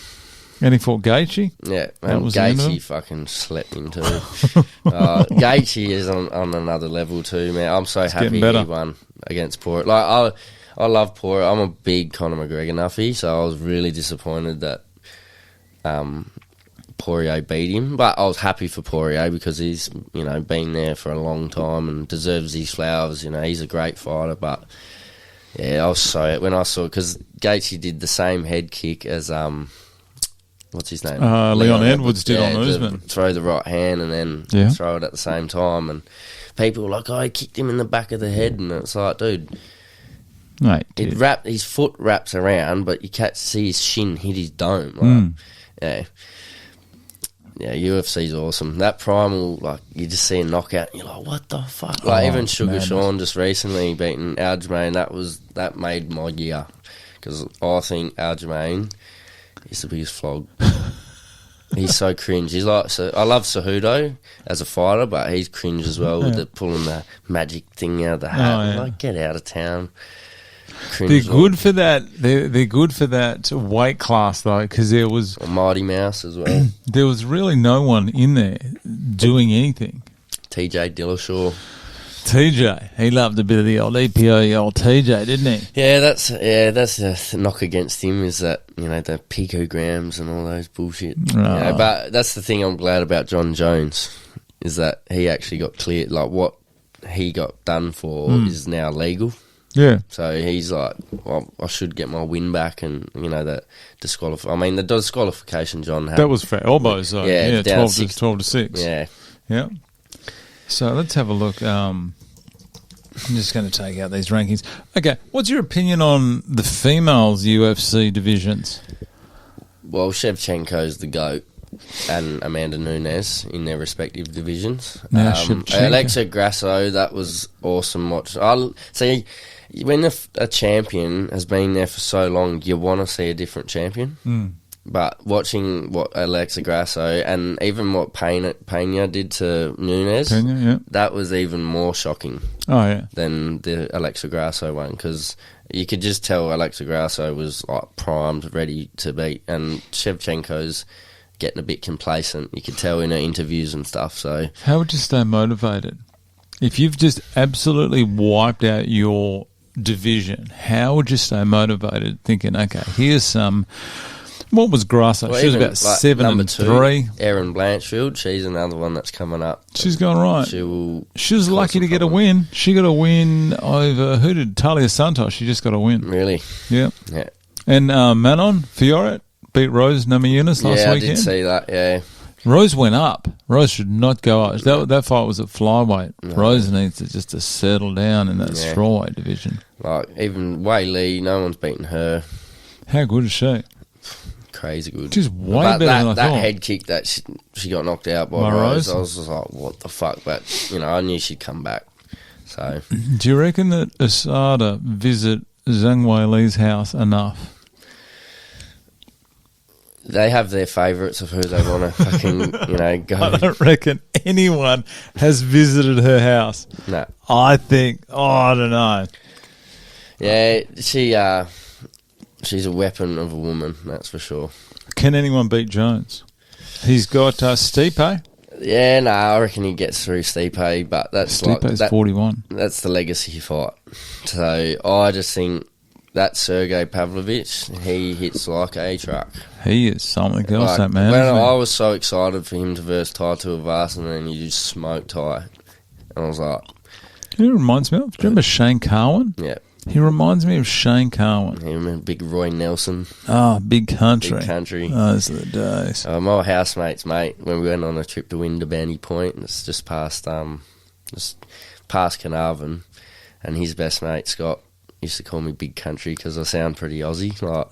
I can't wait to hear this back, and I hate hearing my own voice because it sounds so Aussie. It's ridiculous, but yeah, he used to call me Big Country. So, well, every time he sees me, again, he's still like, "Oh, Big Country." He doesn't sound that ochre though. I don't think so either. But no, I think it's a bit gravelly, your voice. That's the only reason it happens like that.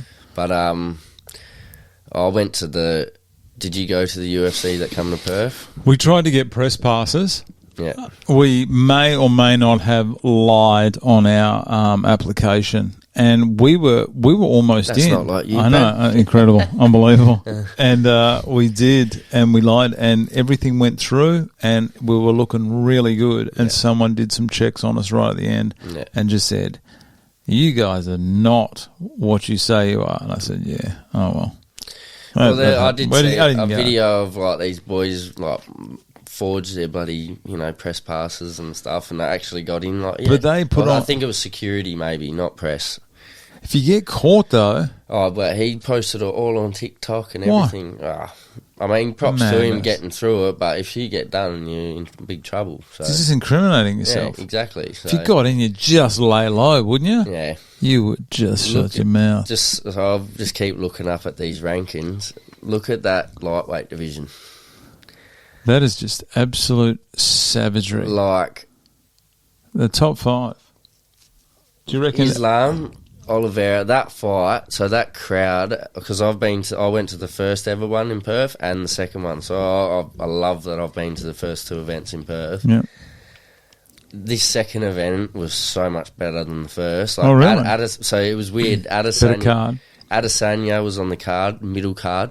For the first one? That's where he debuted, didn't he? Yeah. Oh, I think he had one fight. Oh, no, it was when he debuted, because I was like, he looks like John Jones. Like, so I thought it was like his younger brother or something. Not really, because it's not Jones, but it just looks so similar. And then he versus Craig Wilkinson, who is fighting in the PFL now. Okay. Yeah, and smoked him. Watching Rocco get smoked as well, that was awesome. That pissed me off. Look at the blood. Oh, wow. That'd be juicy, wouldn't it? Can you imagine? I've got a full canvas. Like, how good would that be? Romero didn't make weight for that fight, and it pissed me off because didn't get the belt. Title. Well, that's right. It was for the interim title. Yeah. Because what's his name? Whitaker got staff. That's right. And then he didn't even make weight anyway. It's like, you've got one job, man. One job. And then Luke Rockhold, it was funny because he was doing all these videos out on the Swan River on like Sir James Mitchell Park in South Perth, doing all his training, and then Romero just caught him with this big overhand. That was it. Bang, slept him, or not slept him, but like knocked him down, and then like that Rockhold was laying down against the cage like that, and just come in and whack. And I was like, you could hear that, like the sound is when you watch it on TV. It's like totally different in person because there's no commentary. You're not listening to them talk shit you're just hearing the crowd noise. And because they were all paying attention, like even with the crowd yelling, you heard that punch. And that connection, like Taito Avasa fought, I think it was, not Marcin Tybura. Can we have a look at that, who he fought in that 221? It's UFC 221, wasn't it? Yeah, Taito Avasa. It was. Yeah. Did Ty fight in this? Yeah, he did. Cyril Asker, that's it. That's all right. He punched that man so fucking hard. Like, I couldn't. And even Mark Hunt underperformed. He just sort of gave Tyson up Pedro had the sickest submission, so he was on the bottom and then somehow like flipped himself over and got the armbar, and the crowd went nuts. But that reactions from the crowd. Yeah. Was nothing compared to the one Volk just fought in Perth against Makachev. Like, how the hell did we get that card in Perth? I don't. How did that happen? Well, the fact that they'd announced Perth already, but then Khabib and when they beat Oliveira was like, we're going to take on the number one pound for pound down in Australia, and the next event was Perth. But just the fact of watching Volkanovski in a title fight, and because of Makachev did win. Yeah. Like, if you watch it back, he did control most of the fight, but the noise, you would have, if the judges were swayed by the opinion of the crowd, he would have won. So anytime Volk did anything, the crowd just lost their minds. Like, I was a part of that, and you just feel the electricity in the air. Like, you know how The Rock talks about being electric and all that, like in the crowd, and you certainly feel it. Like, even with Jack Della Maddalena, his fight against Randy Brown. Yeah. How did he win that? He knocked him down, right? He hit him with the punch because Randy Brown was too cocky. That's my opinion. Randy Brown, though, has got about a foot reach on him. Well, he's a savage too, don't get me wrong. But Jack, man, he just hit this bloke, fell down, trying to, ground and pound, whatever. And then everyone sort of chilled out, sat down because he hadn't finished him yet. I still stood up. I was still standing up going, what the fuck? What's happening? And then I seen him get his back. I was like, he's got a fucking choke. He's got a fucking choke. And everyone's like around me jumped back up. And they're like, fuck. And then he got the tap and just erupted. Because he's a Perth boy. Yeah, that was sick. So shout out. I don't know if you'll ever see this, but Jack, that was amazing.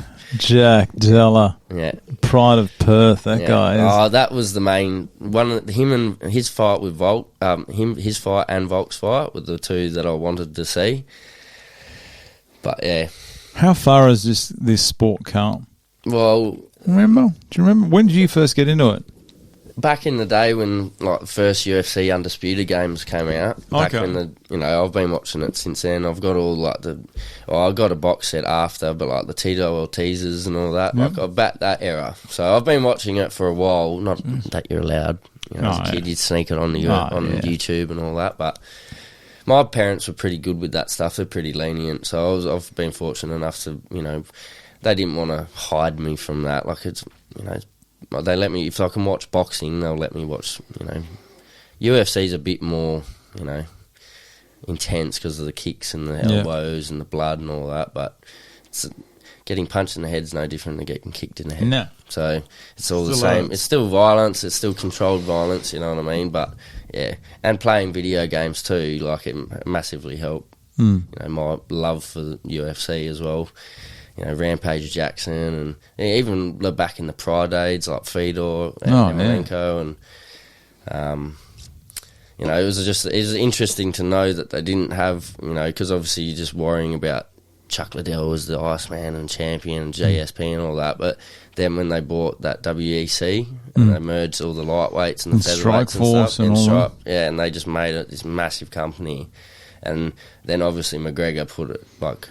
he changed. He did a lot, didn't he? Well, it wasn't just him. Like Forrest Griffin and Stephen Bonner, Yep. the Ultimate Fighter. That was the start. You had the Nate Diaz's, Stockton. And I love those. Nate Diaz. That's my photo. I know. I watched that again. I was so adamant. Jeez. I was like, Brad, have you seen it? I'll show you the photo. Don't put it up. I won't put it up. I'll just show you the photo. Jesus, hang on. Oh no.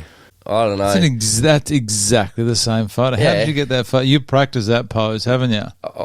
Mate, I've been practicing my fucking walkout, mate. But I just wanted to. I don't know. I look good in both colours.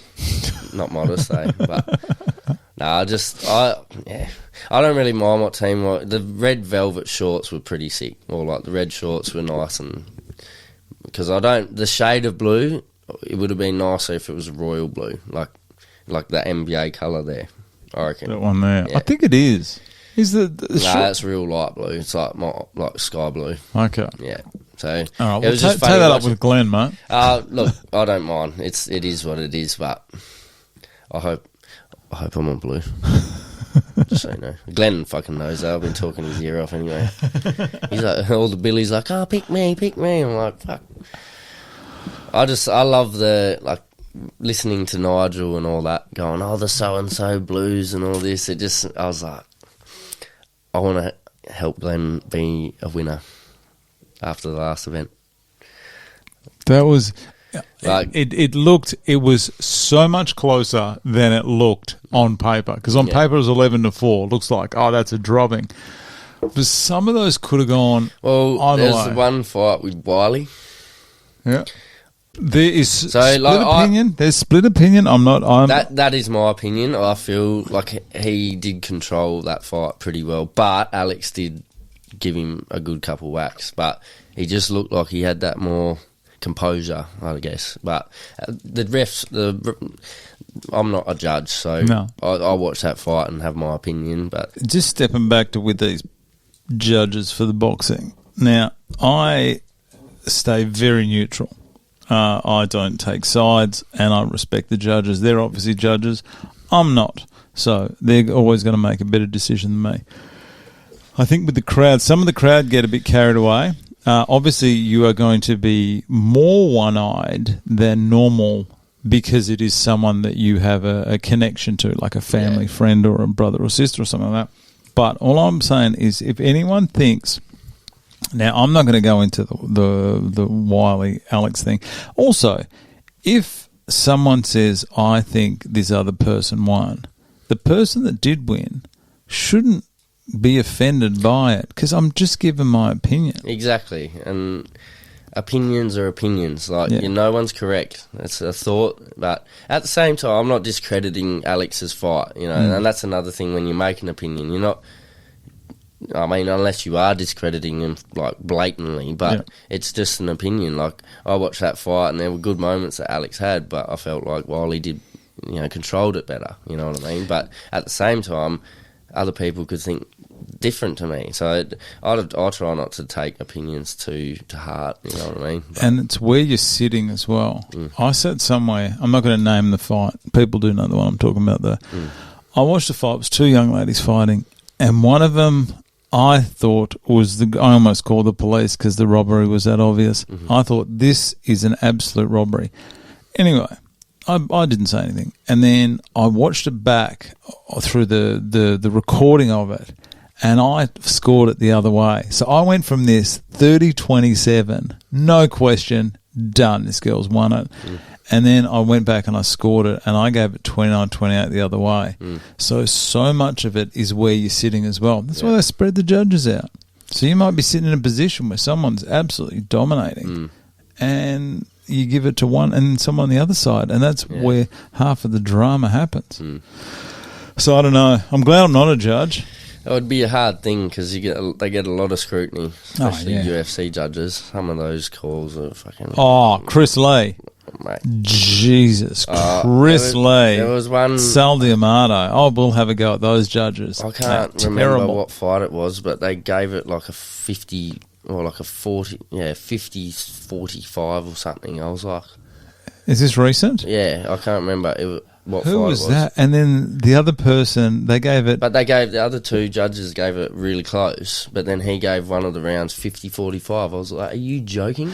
Was that the Whaley Zhang fight? I'm pretty sure, maybe. One judge gave it, from memory, 50-44, and then another judge gave it 49-46. Yeah. Right. How can it be that big a difference? Nah. Well, I mean, you're literally watching the same fight. The worst call I've ever seen in my life was a fighter by the name of Tatiana Suarez. Yeah. It was one of her first fights. I can't even remember. And just go onto YouTube and have a look at it. And she absolutely dominated the first round. Domination. And she lost the first round 10-8. So I even put it down to the point where the judge got the names mixed up. That's how bad. And it's a UFC judge. It's a simple mistake too. Like, you're on a big stage, and this is people's livelihood. Like, these are fighters putting in so much work, just sacrificing a lot, and you're gonna rip them off like that, like, just because you, mate. I mean, it's all a decision, that you made, what you watch, but when it comes down, you got to think of those factors too. Like, I'm giving around 10-5 or something. It's like, that's right. It's fucking ridiculous. Yeah. So, I'm glad I'm not a judge. I couldn't do it. I'd rather be a fighter. No, I'd be a commentator. It's even easier. I got the best seat. Have you seen the seat I sit in? No. I touch, like, I'm sitting here and I can touch the ring. Yeah, right. Best seat in the house. Sick. About 2 foot from Glenn and Mongy last time. Those two losing their nut in the corner. Jesus. We've been going over 2 hours, mate. Love it. Jeez. Love it. Hopefully someone's... going to take fucking Alex's record, mate. No, not today. No. I'm going to edit all this crap up. Yeah. Should we actually get onto the PCR? Yes, we should, mate.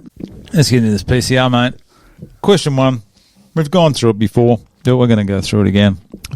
Just tell me, EMS, just tell me about the people at EMS. That's all I'm interested in today. Okay, so my sponsors are Jodie Elphinstone and her husband Shane, who I've met once before. He's a pretty quiet dude, but Jodie, she's affiliated through my football club, being on the committee. She's heavily involved with the juniors. North Mandurah? Yep, North Mandurah. Magpies. The Pies. Up the Maggies. Jeez. Up the fucking Maggies. One-eyed Magpie supporter. I'll bleed black and white, mate. I'll be surprised if I don't. So, nah. But Jodie, she's a bit... she's obviously a managing director at her company, so she's has to be very professional, switched on lady, but she does love to have a bit of a drink and a bit of a party, and as I've gotten to know her over this footy season that I've been there, in my first year, she's, she really liked the fact that I was doing this for a good cause, like the Sava Rose Foundation. That was a big selling point for her. Okay. But yeah, she's a great woman. Amanda and Bully, Amanda's the HR at EMS, so she was a major help of getting the sponsorship to, like, pitching it to Jodie as well. So thank you, Jodie, and Amanda. And Bully's obviously plays reserves for North Mandurah, but I messaged him originally about my sponsorship, and he was like, "We should do this. He's a great." He told me when I've spoken to him that you're a good young bloke, and we wanted to help you out. So, oh, nice. Yeah, they just obviously I see the importance of being a good person up there. It's me being a good person and being positive influence on the club has really helped me be able to do this. So, that almost $5,000 is a lot of money to sponsor someone for, just for me, and I lap up most of the benefits of this, so, but awesome people. If you ever meet them, if you meet them on the night, they're awesome. You'll have to point them out. I'm keen to meet this Jodie. Yeah, well, they've got a table. Jodie's just paid for a table, so the whole EMS crew, the managers and stuff will be there. So, yeah. So, big and my club president, well, I'm actually going to be... I'm hoping to be vice president of my footy club next year, but the president, who was just president last year, Rob, he'll be on their table too. So yeah, jeez, yeah. So look out, North Mandurah Football Pies. Yeah, I'm trying to step it up and just Oh, the black and white suits will suit them, won't it? I don't know if they'll have black and white suits on. But they're just black with a white shirt, so you're looking the part. Yeah, might do the black with the white bow tie. I've got a black and white mouth guard too, so that's pretty sick. I went the whole shebang. From Gobsmacked? Yeah. How good is Jody and Rob? Yeah. Who'd you deal with? Which one? Rob. Rob. Yeah. He loves to chat. Yeah, no, he's good. He's very good, and he knows his shit. So he was like, I'm not trying, because he's obviously, I paid for the most expensive, the laminated one. Yeah. Which is the double coating, and it's got your phone number and your name on it and stuff. Okay. So that's the most expensive one. But it was funny. He's like, I'm not trying to upsell you. I was like, it's okay, mate. I know you are, but like, it's all good. I trust you. You know what I mean? You know what mad mouth guards for Danny Green. Like, he's a good man. yeah, he's wicked. So He's good, and I haven't really spoken to Jade much or anything. But Jade, I called her Jody. Sorry about that, Jade. I can't believe I called that. She's going to have me. I don't have the shirt on. The shirt's in the wash today as well, my Gobsmack T-shirt. So, yeah, she's great value. She enjoys the evening. Yeah. About fight 10, sort of just when you see it, just give her a wide berth. I think there'll be a few people that'll be giving wide berths to on that night, mate.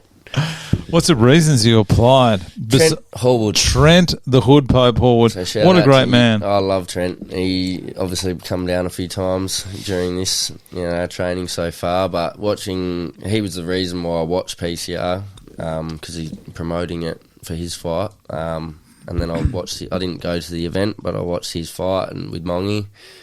And I was just like, man, seeing my mate win, and I was like, fuck yeah, I'm going to do that. Or I want to do that anyway. And sort of got him, so with Good Vibes, Ben Keane from Good Vibes. Yep. I did get a photo of you in here from Good Vibes. That's it. Yeah, that's when I was... They've just moved, haven't they? Yeah, to East Perth, in the corner. So look how... That was when I was up at almost 100 kegs, so... Look at that lineup. You see Stefano in the corner next to me. There. Who else have we got there? You've got Elliot Leah. down the bottom. Elliot down, and Kiara There's next Mongy. to Ben. Kiara next to Ben. Oh, yeah. Look at her. I'm surprised she's got a phone out of her hand. And Joe as well, her brother, I met, but he's not in that photo. Onafaro. I remember. There is Hollywood's there. Yep. Prime time, Paul He Onafaro. actually knows my mates from Carlisle because he works for Ludus Sports Performance, I think it's called. But he races minis. Onafaro. How good. Italian job. I love it. That's quite a lineup there. Yeah. Ben Keane's a good man. He's very spiritual man too. Like I obviously follow him on Instagram and stuff, and he goes to the men's retreats and pretty interesting. And his positive culture it rubs off on people, and you can tell because so many people. Look at the space he's in now. He's just a massive following now. I haven't been there. Is that in East Perth? Yeah. I got to go down and see it. You should ask Bella tomorrow if she's on tomorrow, I think. Not talking to Bella. She gave me the shits last night. I'm off Bella. Oh, yeah. Oh, no. And Coach V, he's a good value. So I've had a few private lessons with him, and he's he understands boxing. So he's good. That's a quality lineup. Yeah. Elliot Ostini. I haven't really. I just briefly talked to him during the trainings and stuff, so I haven't really got to know him. But Lewis Watson. Lewis Watson? Oh, Lewis the Expert Watson? He fought Marco. Marco the Phenom fan? Yeah, so the Phenom. So funny enough, I used to work with Lewis back when I was like 16 in a butcher shop. Okay. And then I saw him at Good Vibes, and I'm like, I know this guy. Lewis, how you going, man? And then he was like, oh yeah, I fought at one of the last PCRs. Do you think it was 7? No, 6. Yeah, 46. But he lost to Marco. So Marco the Phenom. If you do go on, have you watched their fight? No, I haven't. Go on and watch the fight and turn up the commentary. A guy by the name of what's his name? Brett Irving was the commentator, was the guest commentator for that time. And Brett Irving is a fantastic individual, but Brett Irving should have been commentating fight 1 or 2, not fight 9. Yeah. Brett Irving, yeah, definitely. I think you mentioned that about him just going off. So funny. Yeah. It's so good. That's funny. Oh yeah, he was too many beers deep when he grabbed that mic. So good on him. Guest commentators, just a heads up, anyone who's going to be guest commentating, just if you're gonna get on it, just do one of the early fights. Yeah. Everyone was pretty good last time, which was great. Especially, can you imagine Trent as a guest commentator if he wasn't fighting? He did. He was. Did he? He came in. He commentated, I believe. Oh, this is going to be in memory. He guest commentated Fight 4 last time, which was Phoebe Lang against Marnie Rio, and I think he's got ties to Phoebe. And he came in. He did a really good job. He wasn't drunk. He's a well-spoken dude, man. Like very good. As much as he's a larrikin and he talks a lot and has a joke at training, he's very switched on. Yeah, switched on, man. Like, and last night, I really, the fact that he was looking out, for people. We've had a lot of injuries with the ribs and stuff. This, within our PCR. I don't mean to call you out, Vince, but you didn't. He hurt Matt with his ribs, and Matt had to pull out. But Matt Cox? Yeah, Matt Cox. Oh, no. Yeah, so unfortunately, but he did say, he was like, to me, because obviously I was about to pair up with Vince in the thing, yeah. In the short sparring. Great credit to Vince, he only did headshots and whatever. Yeah. So and it's unfortunate, he didn't mean it with any malice with Matt or anything, and it would be so frustrating having a cracked ribs 4 weeks out from the fight, you know what I mean? Because the same thing happened to Zach, didn't it? Yeah, and that was from Barry, I think he said. So, Jeez. But Barry's a slick little fighter. But back to Trent, the main thing is about Trent is that he was like, I really took it, he's just like, look after him. He's putting in hard work. We don't want any more injuries. And, as much as he can be a larrikin, he's got that serious, just, the composure and the sophistication, So you can see it. I can see through his larrikinism and know that he's one of the head honchos, or if not the head honcho at Cable Wise, you know what I mean? So he's a fucking good bloke.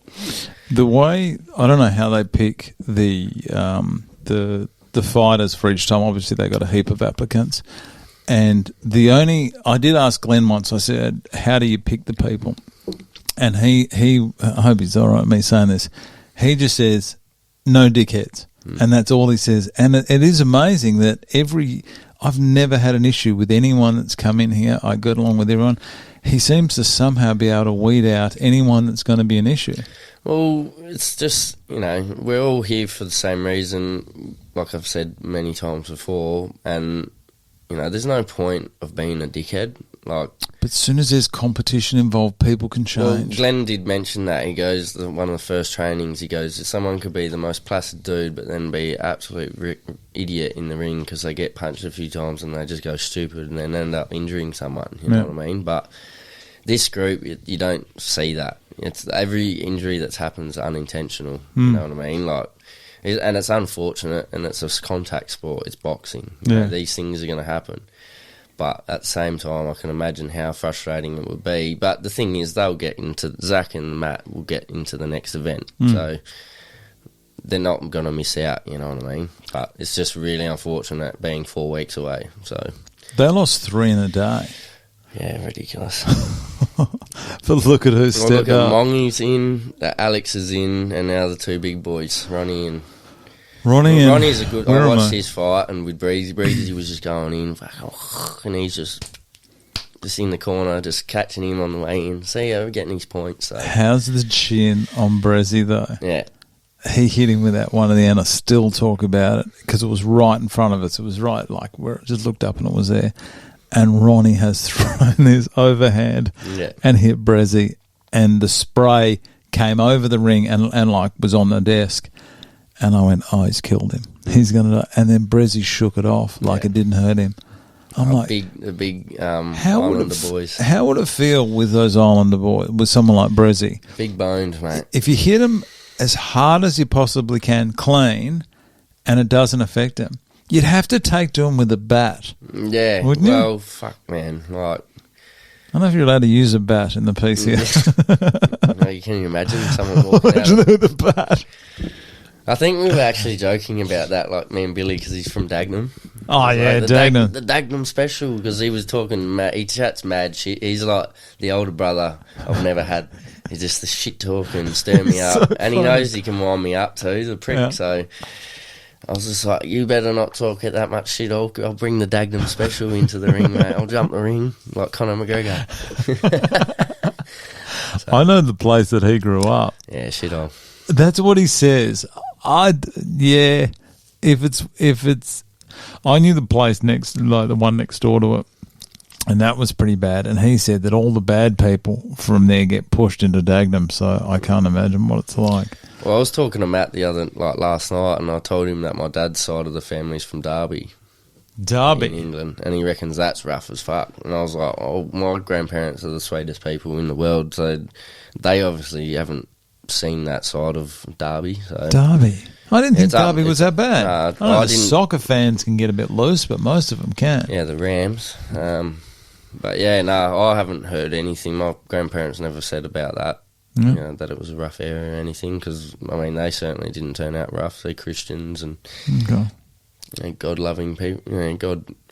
Dagenham's different though, mate. Yeah. Billy will tell you. Yeah. Imagine if we went to Dagenham, right, and we actually go there. Give us a tour, Billy. No, and we go there, and he goes, oh, it's so rough, it's so dangerous. And we get there, and it's like Peppermint Grove or something. I could imagine. And he'd be, I'm so scared of this place. Oh, mate. That'd make more sense, wouldn't it? He talking shit about it. Like Rory said, go to Armidale.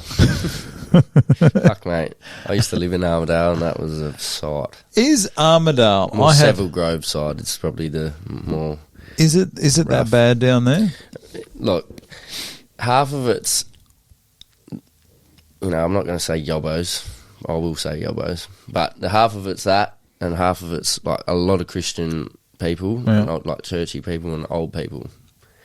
So it's a mixture, and every suburb's got the pockets. What I mean? Yeah. Like, it's not exactly the Ritz around there. Like Armidale, it's more the surrounding suburbs like Seville Grove and Brookdale, but they venture into Armidale and make it bad. You know what I mean? Okay. But like I said, there's always bad people in every suburb. Oh, so. There's no suburb that's never great, is there? Just one, like, as much as I love the footy club, Gosnells and Maddington. No, they won't catch me walking through there at night. I'll tell you that right now. Fuck that. Even with boxing experience now, nah. I'm not going to say anything about those suburbs, because if I go down there one day, someone will recognise me. Nah. And just king hit me. Nah.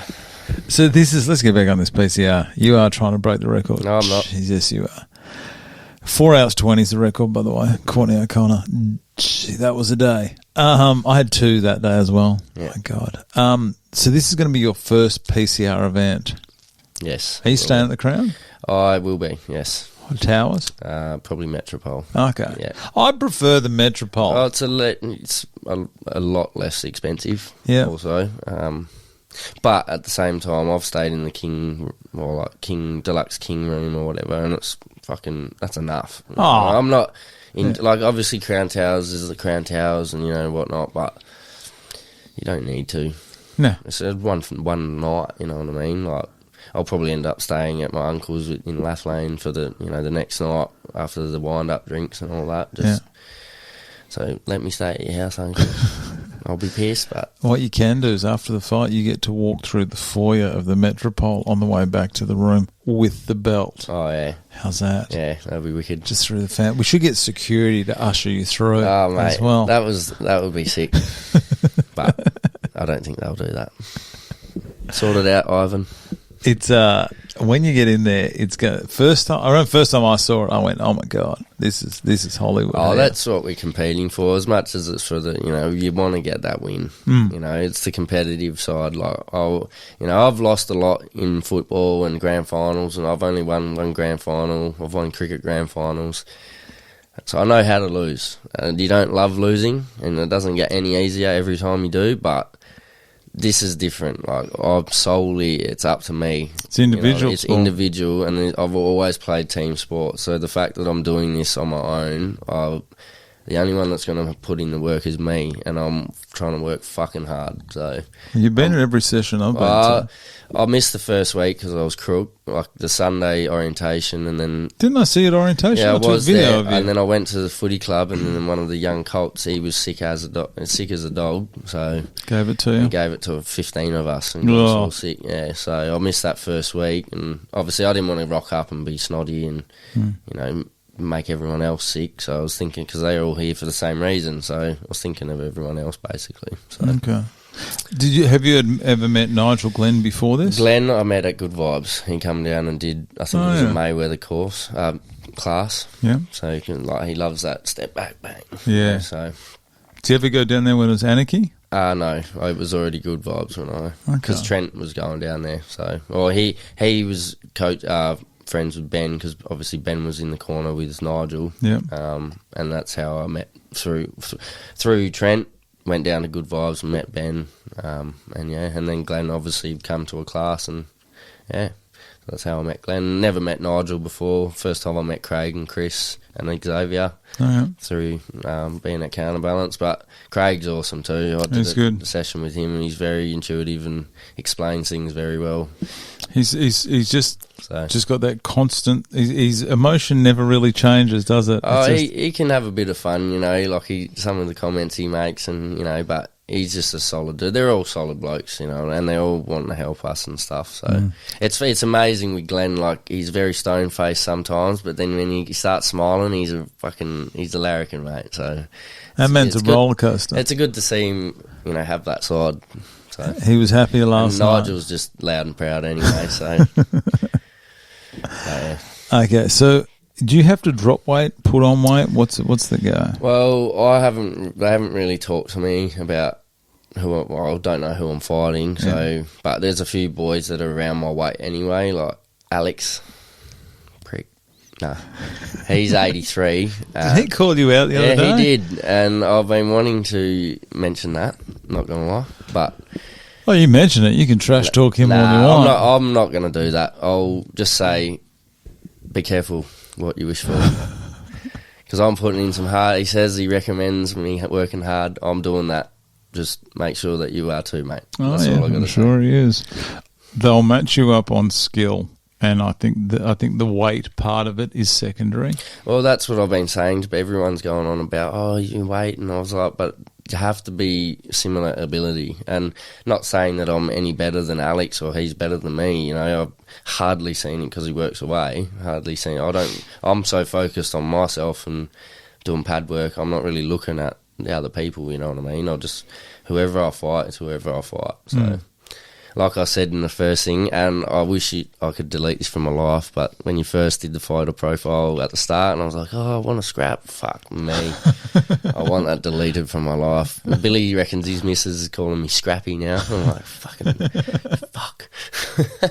So, it is funny meeting all you guys on that first day. Me and Rory were literally talking about it just before you come up to us. We should say we're from the south, and we want to scrap. And then he didn't say it, and I said it. I was like, fuck. I got stitched up here. Rory came in and did his again. Did he? Yeah, because he wasn't happy. So he came to me right then and he goes, I didn't like that. Can I please do it again? I said, sure, mate. You're a foot taller than me, so you do whatever you like. I wish I did. Not going to lie. It is what it is. I'm trying to be the entertainer. So. Everyone knows. There's no one. I pride myself on being well spoken too, so just that was a bit of a piss take sort of thing. I'm from the south when, people like Inika and some of the people are coming from fucking Butler and these north of the suburbs, and I'm only driving 35 minutes, so it's not even that far fucking south. Could you imagine if they did it north versus south? I would lap that up. That would be worse. That would be worse than blue and red. That would be because there's a massive competition of north and south. Like north of the river is your shit. Yeah. South of the river. Imagine that. Yeah. The thing is, both those guys live south now. I think Glenn's in Freo or something. I think Nigel's in Applecross, I think. So they're pretty close to there. Well, they say that they frequent Booragoon and all that area. Pretty nice and close. Because they used to make the trip to Anarchy, which is like where Good Vibes is now. And I know it used to be well, that's a 50-minute drive for me. 50? Yeah, I used to, probably 45 from Byford. Did you come up from Byford today? Yeah, Armidale, because I work in Armidale. But, Tonkin Highway was shit. Okay. When we got to Great Eastern Highway, I was going to go to Guildford Road, but then I just was like, fuck, I used to live in Maylands, so I just went down Great Eastern through Resolution Drive and the back way, and it got here quicker than what I was going to through Guildford Road, so. Just, we'll have to get you out of here by 4, mate, because after I'm going to see a mate in Carlisle, so. Oh, okay. Yeah, I'm not going too far. Never any traffic between any hours of that. Yeah. When you mentioned your weight before, that is... I'm 81. 81. Oh, you don't have to tell me. I'm just saying that when they will allow a bigger weight bracket if it is a matter of matching people up who are closer with skill level. Yeah. Well, so there's always going to be big guys that they have to match up. Well, I mean, with Chris. Sorry to cut you off because it's your podcast. No, it's yours today. Yeah, but I think the only couple real people I thought I might fight is Lucan. He goes by Kai. Chris with the beard, or Alex. So 3 good fighters there. Yeah. Well, I mean, I'm here for a test. The original guy that I was signed up, and that's another reason why I signed up, was because the guy that was signed up, Charlie, we were trying to. I played at the old footy club with him, but he's playing footy and stuff, so he's in the grand final, I think, tomorrow. So good on him. But yeah, I was pretty keen to fight him, and there was a bit of banter, and I was, talking to a few people about fighting him, and he's quality, like he's got experience, and so they probably wouldn't have matched me up with him anyway. But it was just the nostalgia, because Trent put up on the expression of interest post about him fighting, and then Brad H.E. Urban was like, I only sponsor him if he does. It's just you pull some strings, so it's Charlie versus Justin on the night, and I just tried to lap it up, but words got said to people, and he got back to him, and he thought I said things that I didn't, and but that's all settled now, on my end anyway. That's very dangerous when Chinese whispers how different the story. Exactly my point, and that's what I Perfect example, how something happened last night that I didn't say that I got accused of saying. Anyway, let's not get into that. Yeah, Chinese whispers, it pisses me off because they misconstrue what you say. You don't say, like, he's saying, this and that, but yeah, anyway. Anyway, let's not get into this. We will deal with that when she's in next week. Oh, yeah, still better. Yeah. Mental changes. Since you've got this focal point, which is now less than a month away, it is 30 days. Yes. 30 days from now. Yeah. 30. You're halfway through it. Yeah, I know. It's gone so fucking quick. Like, just because we're training 4 times a week, 4 or 5 times a week, it's just flying by, you know what I mean? Yeah. So, it's the mental changes for me. Like, I still have a couple drinks here and there, but once we get matched up next week, that's it for me. I'm cutting it out. Like, I'm just fully focused and not going out. My mate will be like, "Oh, come out." No, sorry, champ. Is it easier to train knowing that you've got this? Like, is it? Yeah, very much so. Like, I wouldn't have ever thought in my wildest dreams that I could be training 4 or 5 times a week and be loving it too. Because like I said to you that day, I'm loving this. Like, it's another catapult for me to get into football. I'm a midfielder at football, so. That Pepsi's really repeating on us, isn't it? It Glad I brought those. Yeah, Jeez. that's right. Better out than in. Nah. But it's helping me get fit for football next year, because I played forward most of this year because I'm really unfit and whatnot. But I'm a through and through midfielder, and I want to get back in there. And I'm a natural runner. I'm a quick runner, so I want to get back to my fit stage again. I'm getting there because I'm in pretty good nick at the moment, but I can only get better. So. Oh yeah. But yeah, just the focus of it. And put my mind to something different, not just cricket, because I know I'm decent at football and cricket, but, something that I'm brand new to. Like, I played rugby league last year for a couple games and tried something different, so I'm in that stage of my life where I'm trying to, challenge myself. So, yeah, it's been good. Good, it's good that you got the opportunity. Yeah, for sure. Family and friends are going to be there celebrating, enjoying the win, enjoying the big night. Yes, I like the sound of a win. What do the family and friends think of this? Well, my mum, obviously being mum, she's happy for me that I'm doing something that I'm passionate about, but she obviously was like, "Oh, you're pretty in boxing, you're pretty face." You are pretty. Oh, thanks, mate. But yeah, that's the only really negative thing she said about it, was she doesn't want to see me get hurt, but at the same time she knows how competitive I am, so she's all for it. My dad says he wants to come. He's coming up from Esperance, so with his mate. Okay. Because his mate housemate used to be a boxer, so they're very interested in coming, so it'll be good to see Dad. I did see him on Father's Day, so happy days. Okay. But yeah, my friends, they just want to see me fight.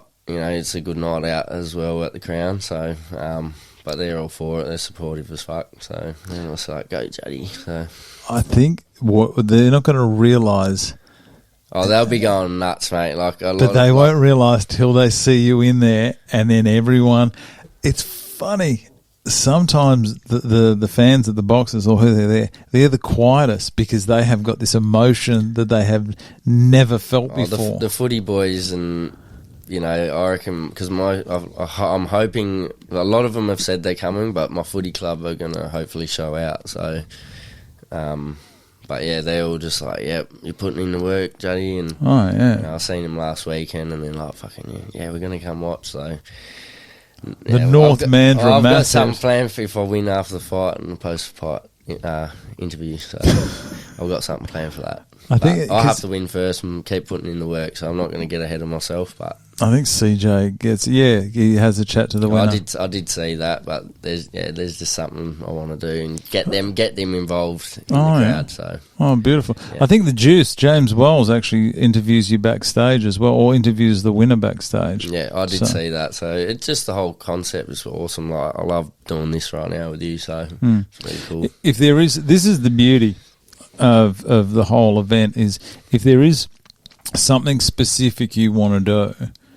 If you run that by Nigel and Glenn, 9 times out, unless it's a safety issue, 9 times out of 10, they're going to make it happen for you. I was thinking about the entrance and like pyro. Geez, that's a safety issue there. Yeah, that's what I mean. I was like, straight away when I thought about it, I was like, that would be sick, but I don't think they would let me do that. So maybe just a little sparklers or something. They will accommodate the boxers and the sponsors in any way possible. That can be from changing, like they did with Michael Gardner, where they got his he fought early, so his family came in. You obviously saw Ronnie with his proposal after the last event. Yeah, I just want to say something after the fight. Yeah, that's fine. Get my footy team in. I'm not going to say it, but okay, we'll wait. We'll wait till we get the win too. So I'm not. It's only if I win. So okay. Mate, we've just cracked 3 hours. Yep, we're getting up there. How about I've changed the song since no joke. You've sent me 50 songs, probably 50 messages over the last 2 weeks, and all of it's new songs. Listen, you've been sending me some hits. I can't deny that. But have you got anything? Just an idea, maybe. What's the flavour today? What are you feeling? So obviously, being a WWE nut. I am going. No, not him. Not John Cena. Kurt Angle. Oh, you did send me this, didn't you? Yeah. I looked this up the other day. So let's have a look.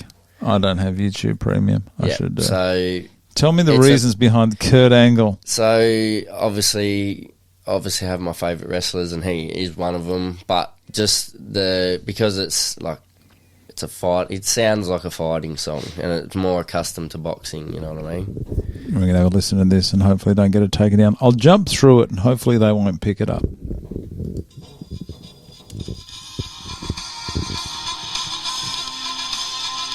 Just walk. It doesn't no words, but just walk out with my hand up. Oh, beautiful, and I love it just sounds great. Are you going to have a flag or anything draped over you? I'm trying to get a North Mandurah flag made up. I'm hoping, so I can sort of do a little spin on the... And a big Australian flag as well? Nah, just a North Freo? You got to represent North Freo. North Mandurah, mate. North Mandurah? What did I say? North Freo? Yeah. Shame on me. Oh, they're the Magpies too, North Freo too. So. Oh, but they're no North Mandurah. Yeah, North of the way, mate. So, that's good. Yeah. That'll be great. I'm passionate as about that club. I'm home at that footy club. Oh, great. Yeah. It's the first footy club I've been to. Not even Carlisle Gosnells I can say this about, but just everyone took me in straight away, treated me like there's no cliques, there's nothing. It's all just a family vibe. Lots of young boys, like the 25, 24-year-olds got kids and stuff. So it's very family orientated and good people too. So good on you. Yeah. And that's why I want to better help the club out and try and crack into vice presidency. So because Jody is going to try and put in for president and train me up. So yeah, that's great. Yeah. So when you come out draped draped, I'm going to say. Fucking nuts, mate. You wait. They will lose their absolute nut. Like, everyone's supporters will go nuts for them, but yeah, my boys and the girls are pretty loud, so they'll be full of piss too, because I'll probably be mid-card, probably later in the card. So. Do they know that you're going to have the flag on? I've mentioned it to them, so I'm trying to help. I've been involving them as much as I can and get them all immersed, into the, as much as I am, and I've been posting heaps about it, and they ask me a lot. So, have you got a belt? If you're going to go the Kurt Angle, have you got a belt to wear out there? No, I don't. Would you like to borrow one? I was gonna. I mean, I could come out with that, but I don't want to be that bloke getting too ahead of myself. I want to win first, and just do my talking in the ring. But the entrance, I'm going to lap up a bit. Oh yeah, take your time. I think you got a minute. Yeah, take your time. I'll be lapping it up on the stage, getting them pumped up. Oh yeah. It's just more getting my mates pumped up. That'll G me up, seeing them all excited and stuff. So that'll take out the nerves of it for me. So, and I'm a centre of attention sometimes. So, and you do have a red carpet leading you straight to the ring, but I have never seen a security guard stop someone from shooting off to the side and maybe throwing some high fives on the table, which is always Glenn or Nige, whoever's your coach, will be furious with you, but they can't stop you. I'm more wanting to, the camera that comes up to you, I'm more want to talk shit into that and be like, we're here or something, shit like that, but see how we go. It'll be probably more improvised on the night. Like, obviously we get to practice it during the day, I remember you saying, but that will be improvised on what I say. I don't know what I'm going to say into do what feels right, mate. Yeah. You'll feel that song, Kurt Angle theme song for all you WWE nuts out there, Trent Horde. The hood part. I messaged him the other night about it, and he goes, "That's fucking elite." So it was more. The only person I really cared about with that song is him. So Trent. Yeah. He had Biggie Smalls, I think, didn't he? He had Redman. Time for some action. Oh, that's right. That was where I heard that song, and I was like, that's a fucking banger. But I was going to use that song, but I was like, I want to be different. So there's some hits. Some people choose excellent songs. Well, like, I've spoken to you quite frequently about it. Really? I've probably fucking annoyed you with it. But I love it. I'm so passionate about this whole experience, and I've been visualising what I'm going to do. Especially not being able to do the last event. I was just like, fuck. I want this, visualising everything, manifesting it all. So, okay. Yeah. But, yeah, Kurt Angle theme song, people, they'll probably get annoyed at all this, like, bells and shit. Nah, we love it. I don't give a fuck. Your nickname, have you got one? Yes, so I've liked the music. I've changed about 50,000 times, but I'm going with Showtime. Showtime? Yes. Has there been a Showtime before? I don't know. Oh, I'm thinking of Anthony Showtime Pettis. That's exactly why I did it. Oh, really? Yes. You're a Pettis fan? No, I sort of, but I saw his highlights, so I was originally going to be the Hitman. Well, originally it was the Notorious, because of Conor McGregor. Mm-hmm. Justin the Notorious. You'd have to be on the red team then, because that's what I mean. Nigel the Notorious. He's the Notorious one though, so I saw that and I was like, nah. Yeah. And then I was going to go the Hitman, but then I saw Brezzy Hitter. The Hitman Hitter. Yeah. I saw him and I was like, oh, fuck. I don't want to have something that's already been taken. Yeah. He's literally the last fight of the last event, and I'm going to be the same nickname as him. I don't want to do that. So I was going through Instagram the other day and like UFC highlights, or on Facebook, the reels or whatever. You just find yourself scrolling. Yeah. Saw the Pettis head kick. Benson Henderson coming off the fence like a ninja. And then I remembered his nickname, Showtime. I was like, fuck yeah. So, it's and it goes well with my name. So, because I sent you that cult of personality, and I was like, that's too many words with a long name. That's a lot. Yeah, so I'm going with Showtime. So I think the closest to Showtime you're going to get is Primetime, which is Paul Primetime Onofara. Who's in that photo with you at Cablewise? Paul's a good bloke. Cablewise. Jeez, good vibes. I got Cablewise on the mind today. Yeah. Trent. No. That's Trent. That's probably I'm going to get an I Love Cablewise shirt. I reckon I should wear it. Yeah. Come on, I'm going to get a Cablewise shirt. I'm wearing a Gobsmack one normally. But yes, Showtime. Showtime, that's good. I do like that. I'll allow it. I'll put that in. Yeah. Okay. Are you ready for the come down afterwards? Because win, lose, or draw, there has got to be the next day a feeling of almost like emptiness. It's over, yeah. I have thought about that because, I mean, you're not going to be seeing all your new friends anymore, like, regularly, like you are 4 times a week, you know. I'm literally... The experience is what I'm soaking up this experience and lapping it up. You know, I was so passionate about wanting to do it after not being able to for the last event, and I'm not. Yeah, I've got footy coming up, so I'm using this as a catalyst to get fit for football too. So I'll go straight back into, and I'm going to get back into cricket too. So I'm going straight in to play first grade for Carlisle. So with Joel Shaw and the boys down there. So. I'll be immersing myself. I'll still be training, but I'm going to definitely stay training with Craig and a couple of times a week on my off days from cricket. So, because obviously, like I said, Joel's asked me to come down. Well, I kind of said I was going to come down, but he was very happy at the idea. Okay. So, it's not. It'll be I won't be able when's the next fight? But it's because it's a sort of one-off fight, but. I'll see how it go. I'm enjoying it. I'm loving this experience. So I think every single person I've spoken to that's done this has just loved it and said, even the guys that don't get the win, love it. The win, lose or draw, I'm going to be humble about it. I'm not going to be sulking, because, everyone's working just as hard as, we might be putting in extra sessions, but we're all working 100% of our abilities. Like each person's got a different 100%, you know what I mean? So I'm not going to be... if I verse Chris and he beats me, or if I verse Alex and he beats me, it's not going to be like, you didn't deserve to win. Like, fuck, you did, mate. You beat me fair and square for best man on the night. You know what I mean? Don't leave it in the hands of the judges, mate. Exactly. That's what Dana says. No, exactly. I won't be. I'll be doing everything I can, and the boys will give me shit. So they're like, we spent all this money to come watch you lose, you prick. And I'm like, no, I'm not going to let that happen. Well, I plan on not letting that happen, so...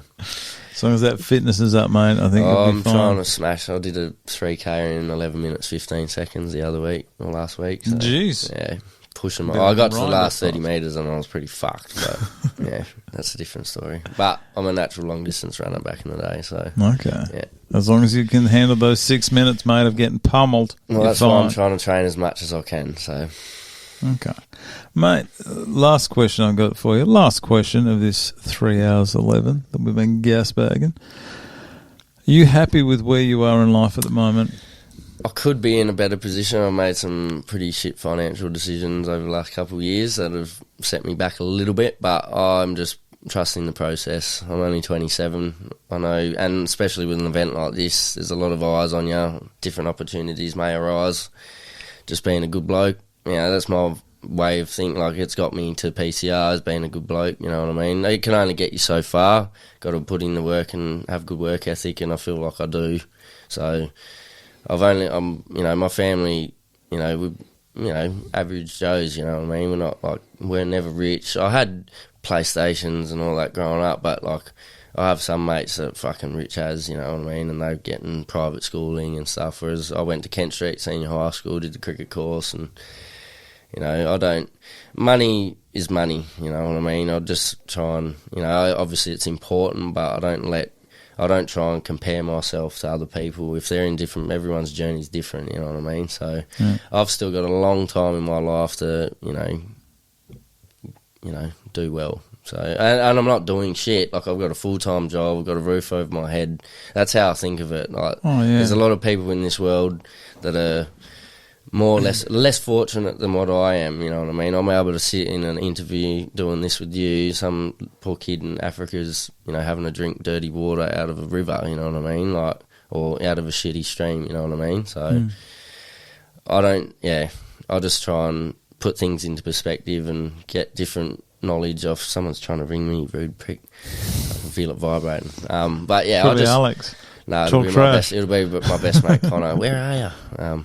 But I just try and put in things in perspective, and, there's a lot, even Saba, you know what I mean? She had her life derailed. Well, not derailed, but, she's not able to do the things that we're able to do. So, I think of that most of the time. Whenever I get down or something about, you know, my financial position or, you know, not that, so I'm happy. I'm a happy bloke.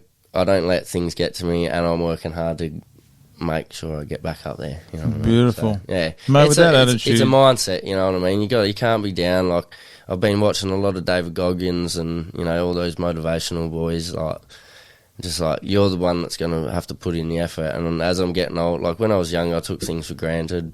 I was in relationships, you know, most of my, you know, as soon as I got out of school and, you know, focusing on that. And yeah, it's my time at the moment. I'm finally single and just doing my thing, you know, trying to fucking, you know, make a life. So, but I'm willing to put in the work, and it's coming out with my boxing. Like I said, I've never fucking thought in my wildest dream I'll be training 4 or 5 times a week, 6 times a week even. Like, and it's just going to set. And then obviously putting in for the vice presidency at my footy club next year. That's another big step of, you know, bringing a community together and stuff, and really challenging myself. That's what the mode I'm in at the moment in my life. So it's only going to make me a better person. And I was raised good. You know, respect, manners, you know. I can be a larrikin, but I can be serious too, and I feel like I'm pretty well spoken, so, you know, it helps me, you know. Mate, with that attitude, you've got a very bright future, I got to say. And at 27, you definitely act beyond your years. Well, look, I'm not going to go too much into it, but yeah, I'm not going to go into that, to be fair. You know, both my parents have had struggles, and, you know, at critical times in my life that I needed to grow up, I had to grow up quick, you know what I mean?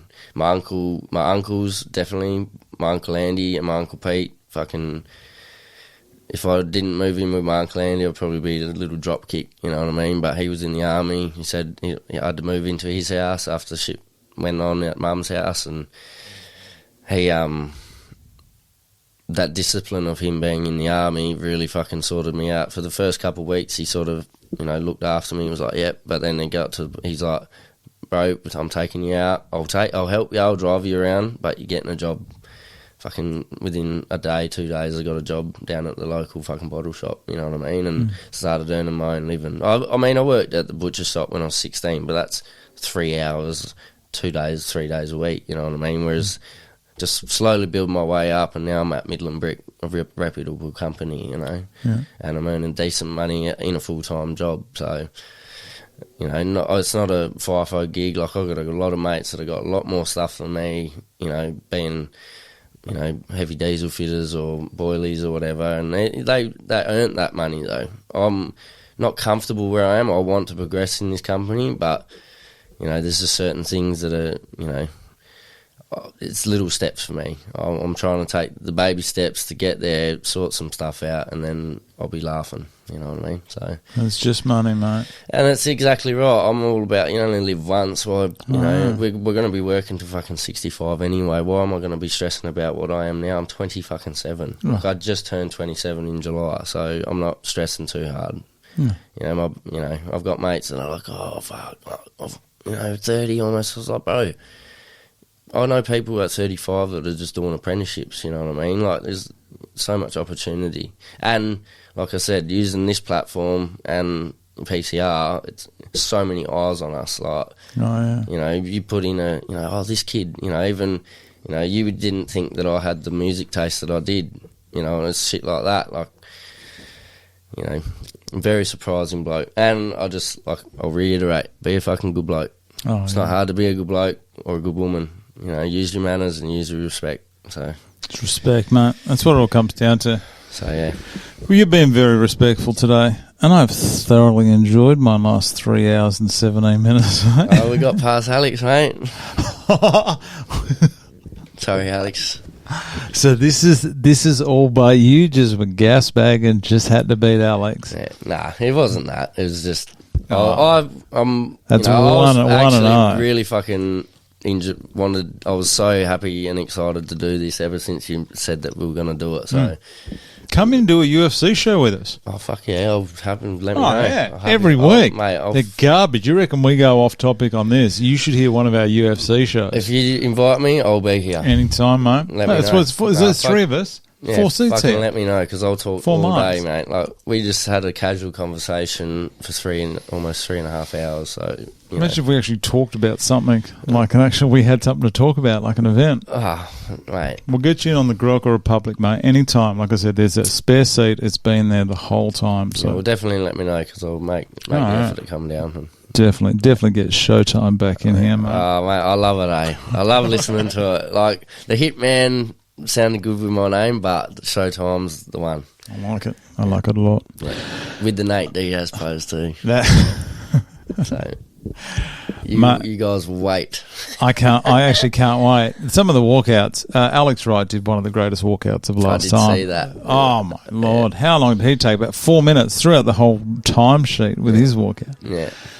Mate, I want to thank you so much for coming in today, giving up your Friday and spending some time with me. That was great to have a chat about some stuff. Yeah, you are less than a month away now. I want to wish you all the best for the last 4 weeks of training. Thank and you very much. Afterwards, we've already just book it in now. You're coming in here to do one of the Grokka shows with us, but no doubt you will be back at this desk in no time. Yep. Thanks for your time, buddy, and I'll chat to you soon. My pleasure. Cheers. Yep.